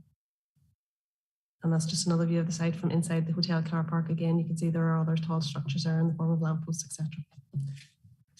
That concludes the presentation. Thank you. Thanks, members. I know Brian, our head of tourism, is also here tonight online. So if you have any queries directly either to Roisin or Brian, now's the time to raise them, Councillor Savage. Thank you, Chair. And I don't know if Roisin or Brian's going to take this. In relation to the flagpoles, they're going to be in the curtilage of the Downshire Hotel. I'm assuming it'll still be under the control of the council, and that whilst in the hotel property, will the hotel have a say in what goes up on them? I'm just thinking, possibly could it be used to advertise that hotel, or will it be exclusively under the control of the council? So I'd just like that clarified, please.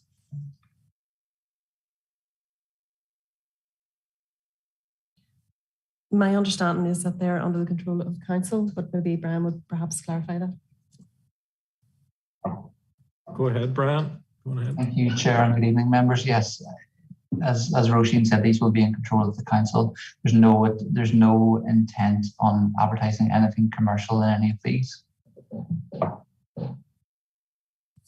Okay, thank you. Councillor Nicholson.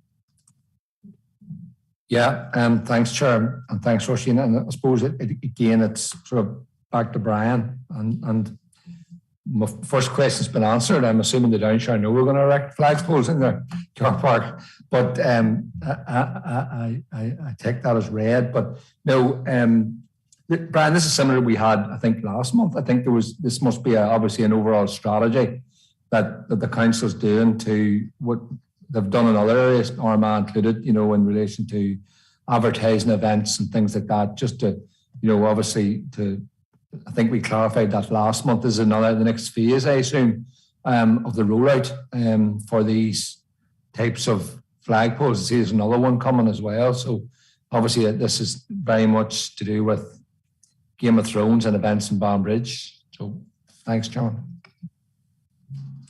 Brian, I don't know if you have any general commentary on that.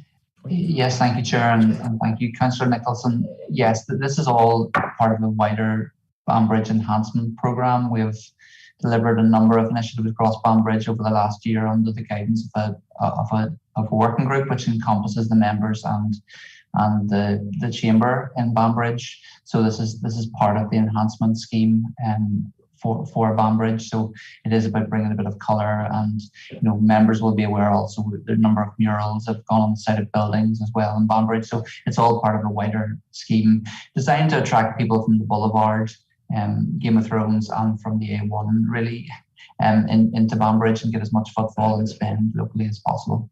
Thank you.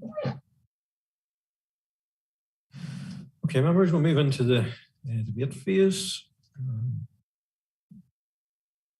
And content again. So we'll move to decision.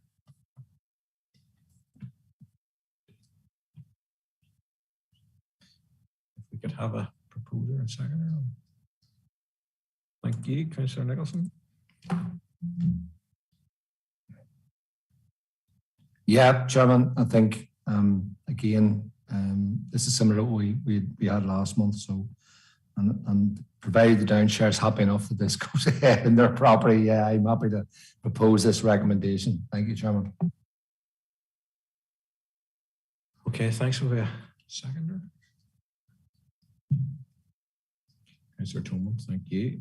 Okay, so and then do you want to jump then to Appendix 11 and we take a proposer and seconder in it as well then? Proposed by Councillor Nicholson. The seconder, Councillor Tolman. Okay, and then we'll jump back to 10 and that is by Roisin.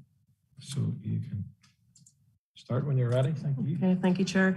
This is for the erection of 4 8-metre high flag poles and bases at the Lotus roundabout Grass Verge, 60 metres west of One Lotus Heights and Banbridge. And again, the application is being presented to committee as the council is the applicant. The application site consists of a grassed area situated to the northern side of the A1 northbound off-slip leading to the Lotus residential development roundabout. The context of the surrounding area is primarily roads infrastructure alongside the Lotus residential development, which is approximately 100 metres to the east. The application site is located in the open countryside as identified in the Banbridge Newry area plan. PPS 21 identifies a range of type of development which in principle are considered to be acceptable in the countryside. And CTY 1 goes on to state there are a range of type of non-residential developments that may be acceptable in principle in the countryside. For example, certain utilities or telecommunications development. Officers consider that proposed development falls within the type of non-residential development which may be acceptable in principle in the countryside. Officers consider that the existing backdrop of mature vegetation and trees to the northeast of the existing grass verge would provide a suitable level of screening and would result in the appearance of the flagpoles not being prominent in the landscape. The proposal will be viewed in the context of the existing junction, which has a number of similar structures in the form of lampposts.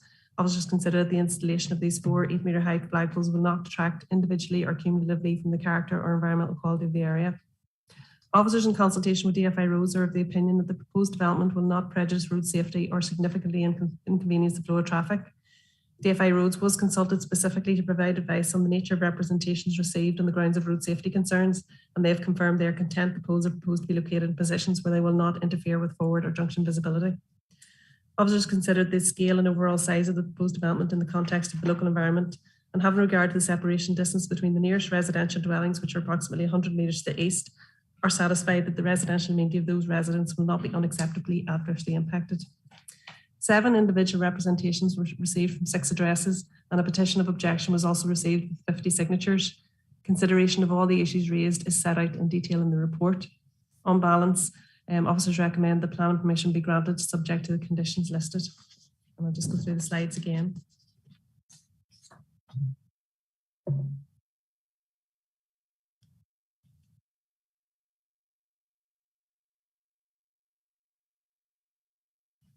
And again, you can see just where it is within the general area. And as I said earlier, the site actually lies outside the development limits, so it is in the countryside.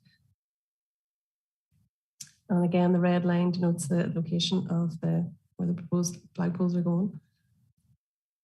And again, a site layout plan to give you an indication of exactly where they are within the site.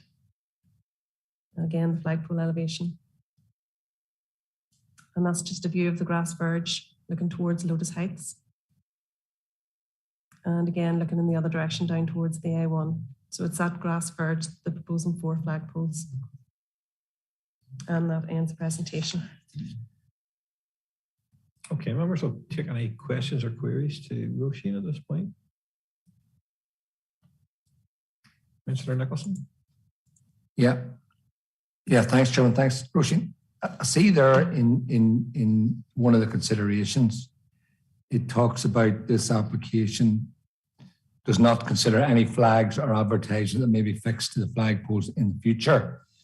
And it's saying that these were subject to the planning of advertisements. Now, is that the case? Obviously, Brian has obviously said in the committee that these are going to have banners and colour and things. So does that mean that every time something goes up there, it's going to need a planning application? Or is there a period of time, something will go up and come down and be replaced by something else? I can see, obviously a wee bit of difficulty there with the purpose of these, which we know what they're for. And if that is going to be, if you make a planning application every time you want to put an advert up, it's going to be a very, let's be honest, the event will be over before the approval's through. But I just, because obviously these things come up very, very quickly, but you just tease that out a wee bit, Roisin, just so where you see that in relation to this approval and obviously the subsequent, the other ones. Thank you.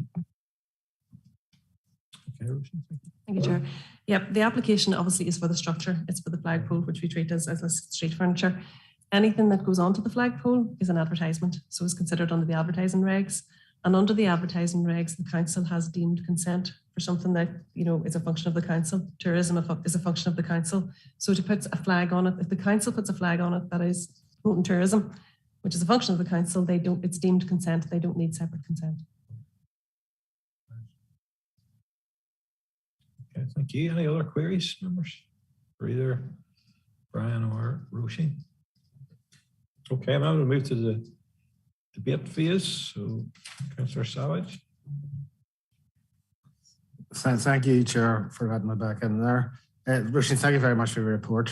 I note there is objections, but I think they're dealt with fairly comprehensively in the report. And but what I would ask of Brian, maybe this is to promote tourism. We've got 50 objectors here, and I think mainly from Notice Village. And I'd like to think we'd consult with the residents in relation to this before anything's done, to explain to them exactly what these are about. I think a lot of them were just informed that there was flagpoles going up and they didn't know what they were about.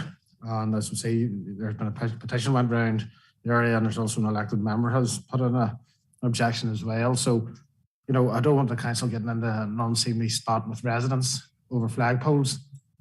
We've enough issues with flags without this coming up. So I think, Brian, consultation is going to be the key here before these go up, and to ensure that residents' concerns are eased. So I know that's not in a planning consideration, but it's something that needs to be done anyway. So thank you, Chair, for indulging me there. Okay, Brian, I'm not sure if you want to respond on that basis. You're welcome to. I'll note Councillor Savage's point, Chair. Thank you. That's grand. Okay, I don't see any other lights on, so we'll move to the decision phase.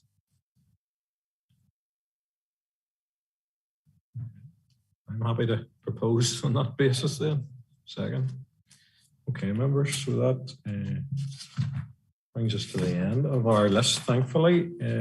Thanks all for coming. If we could have the live feed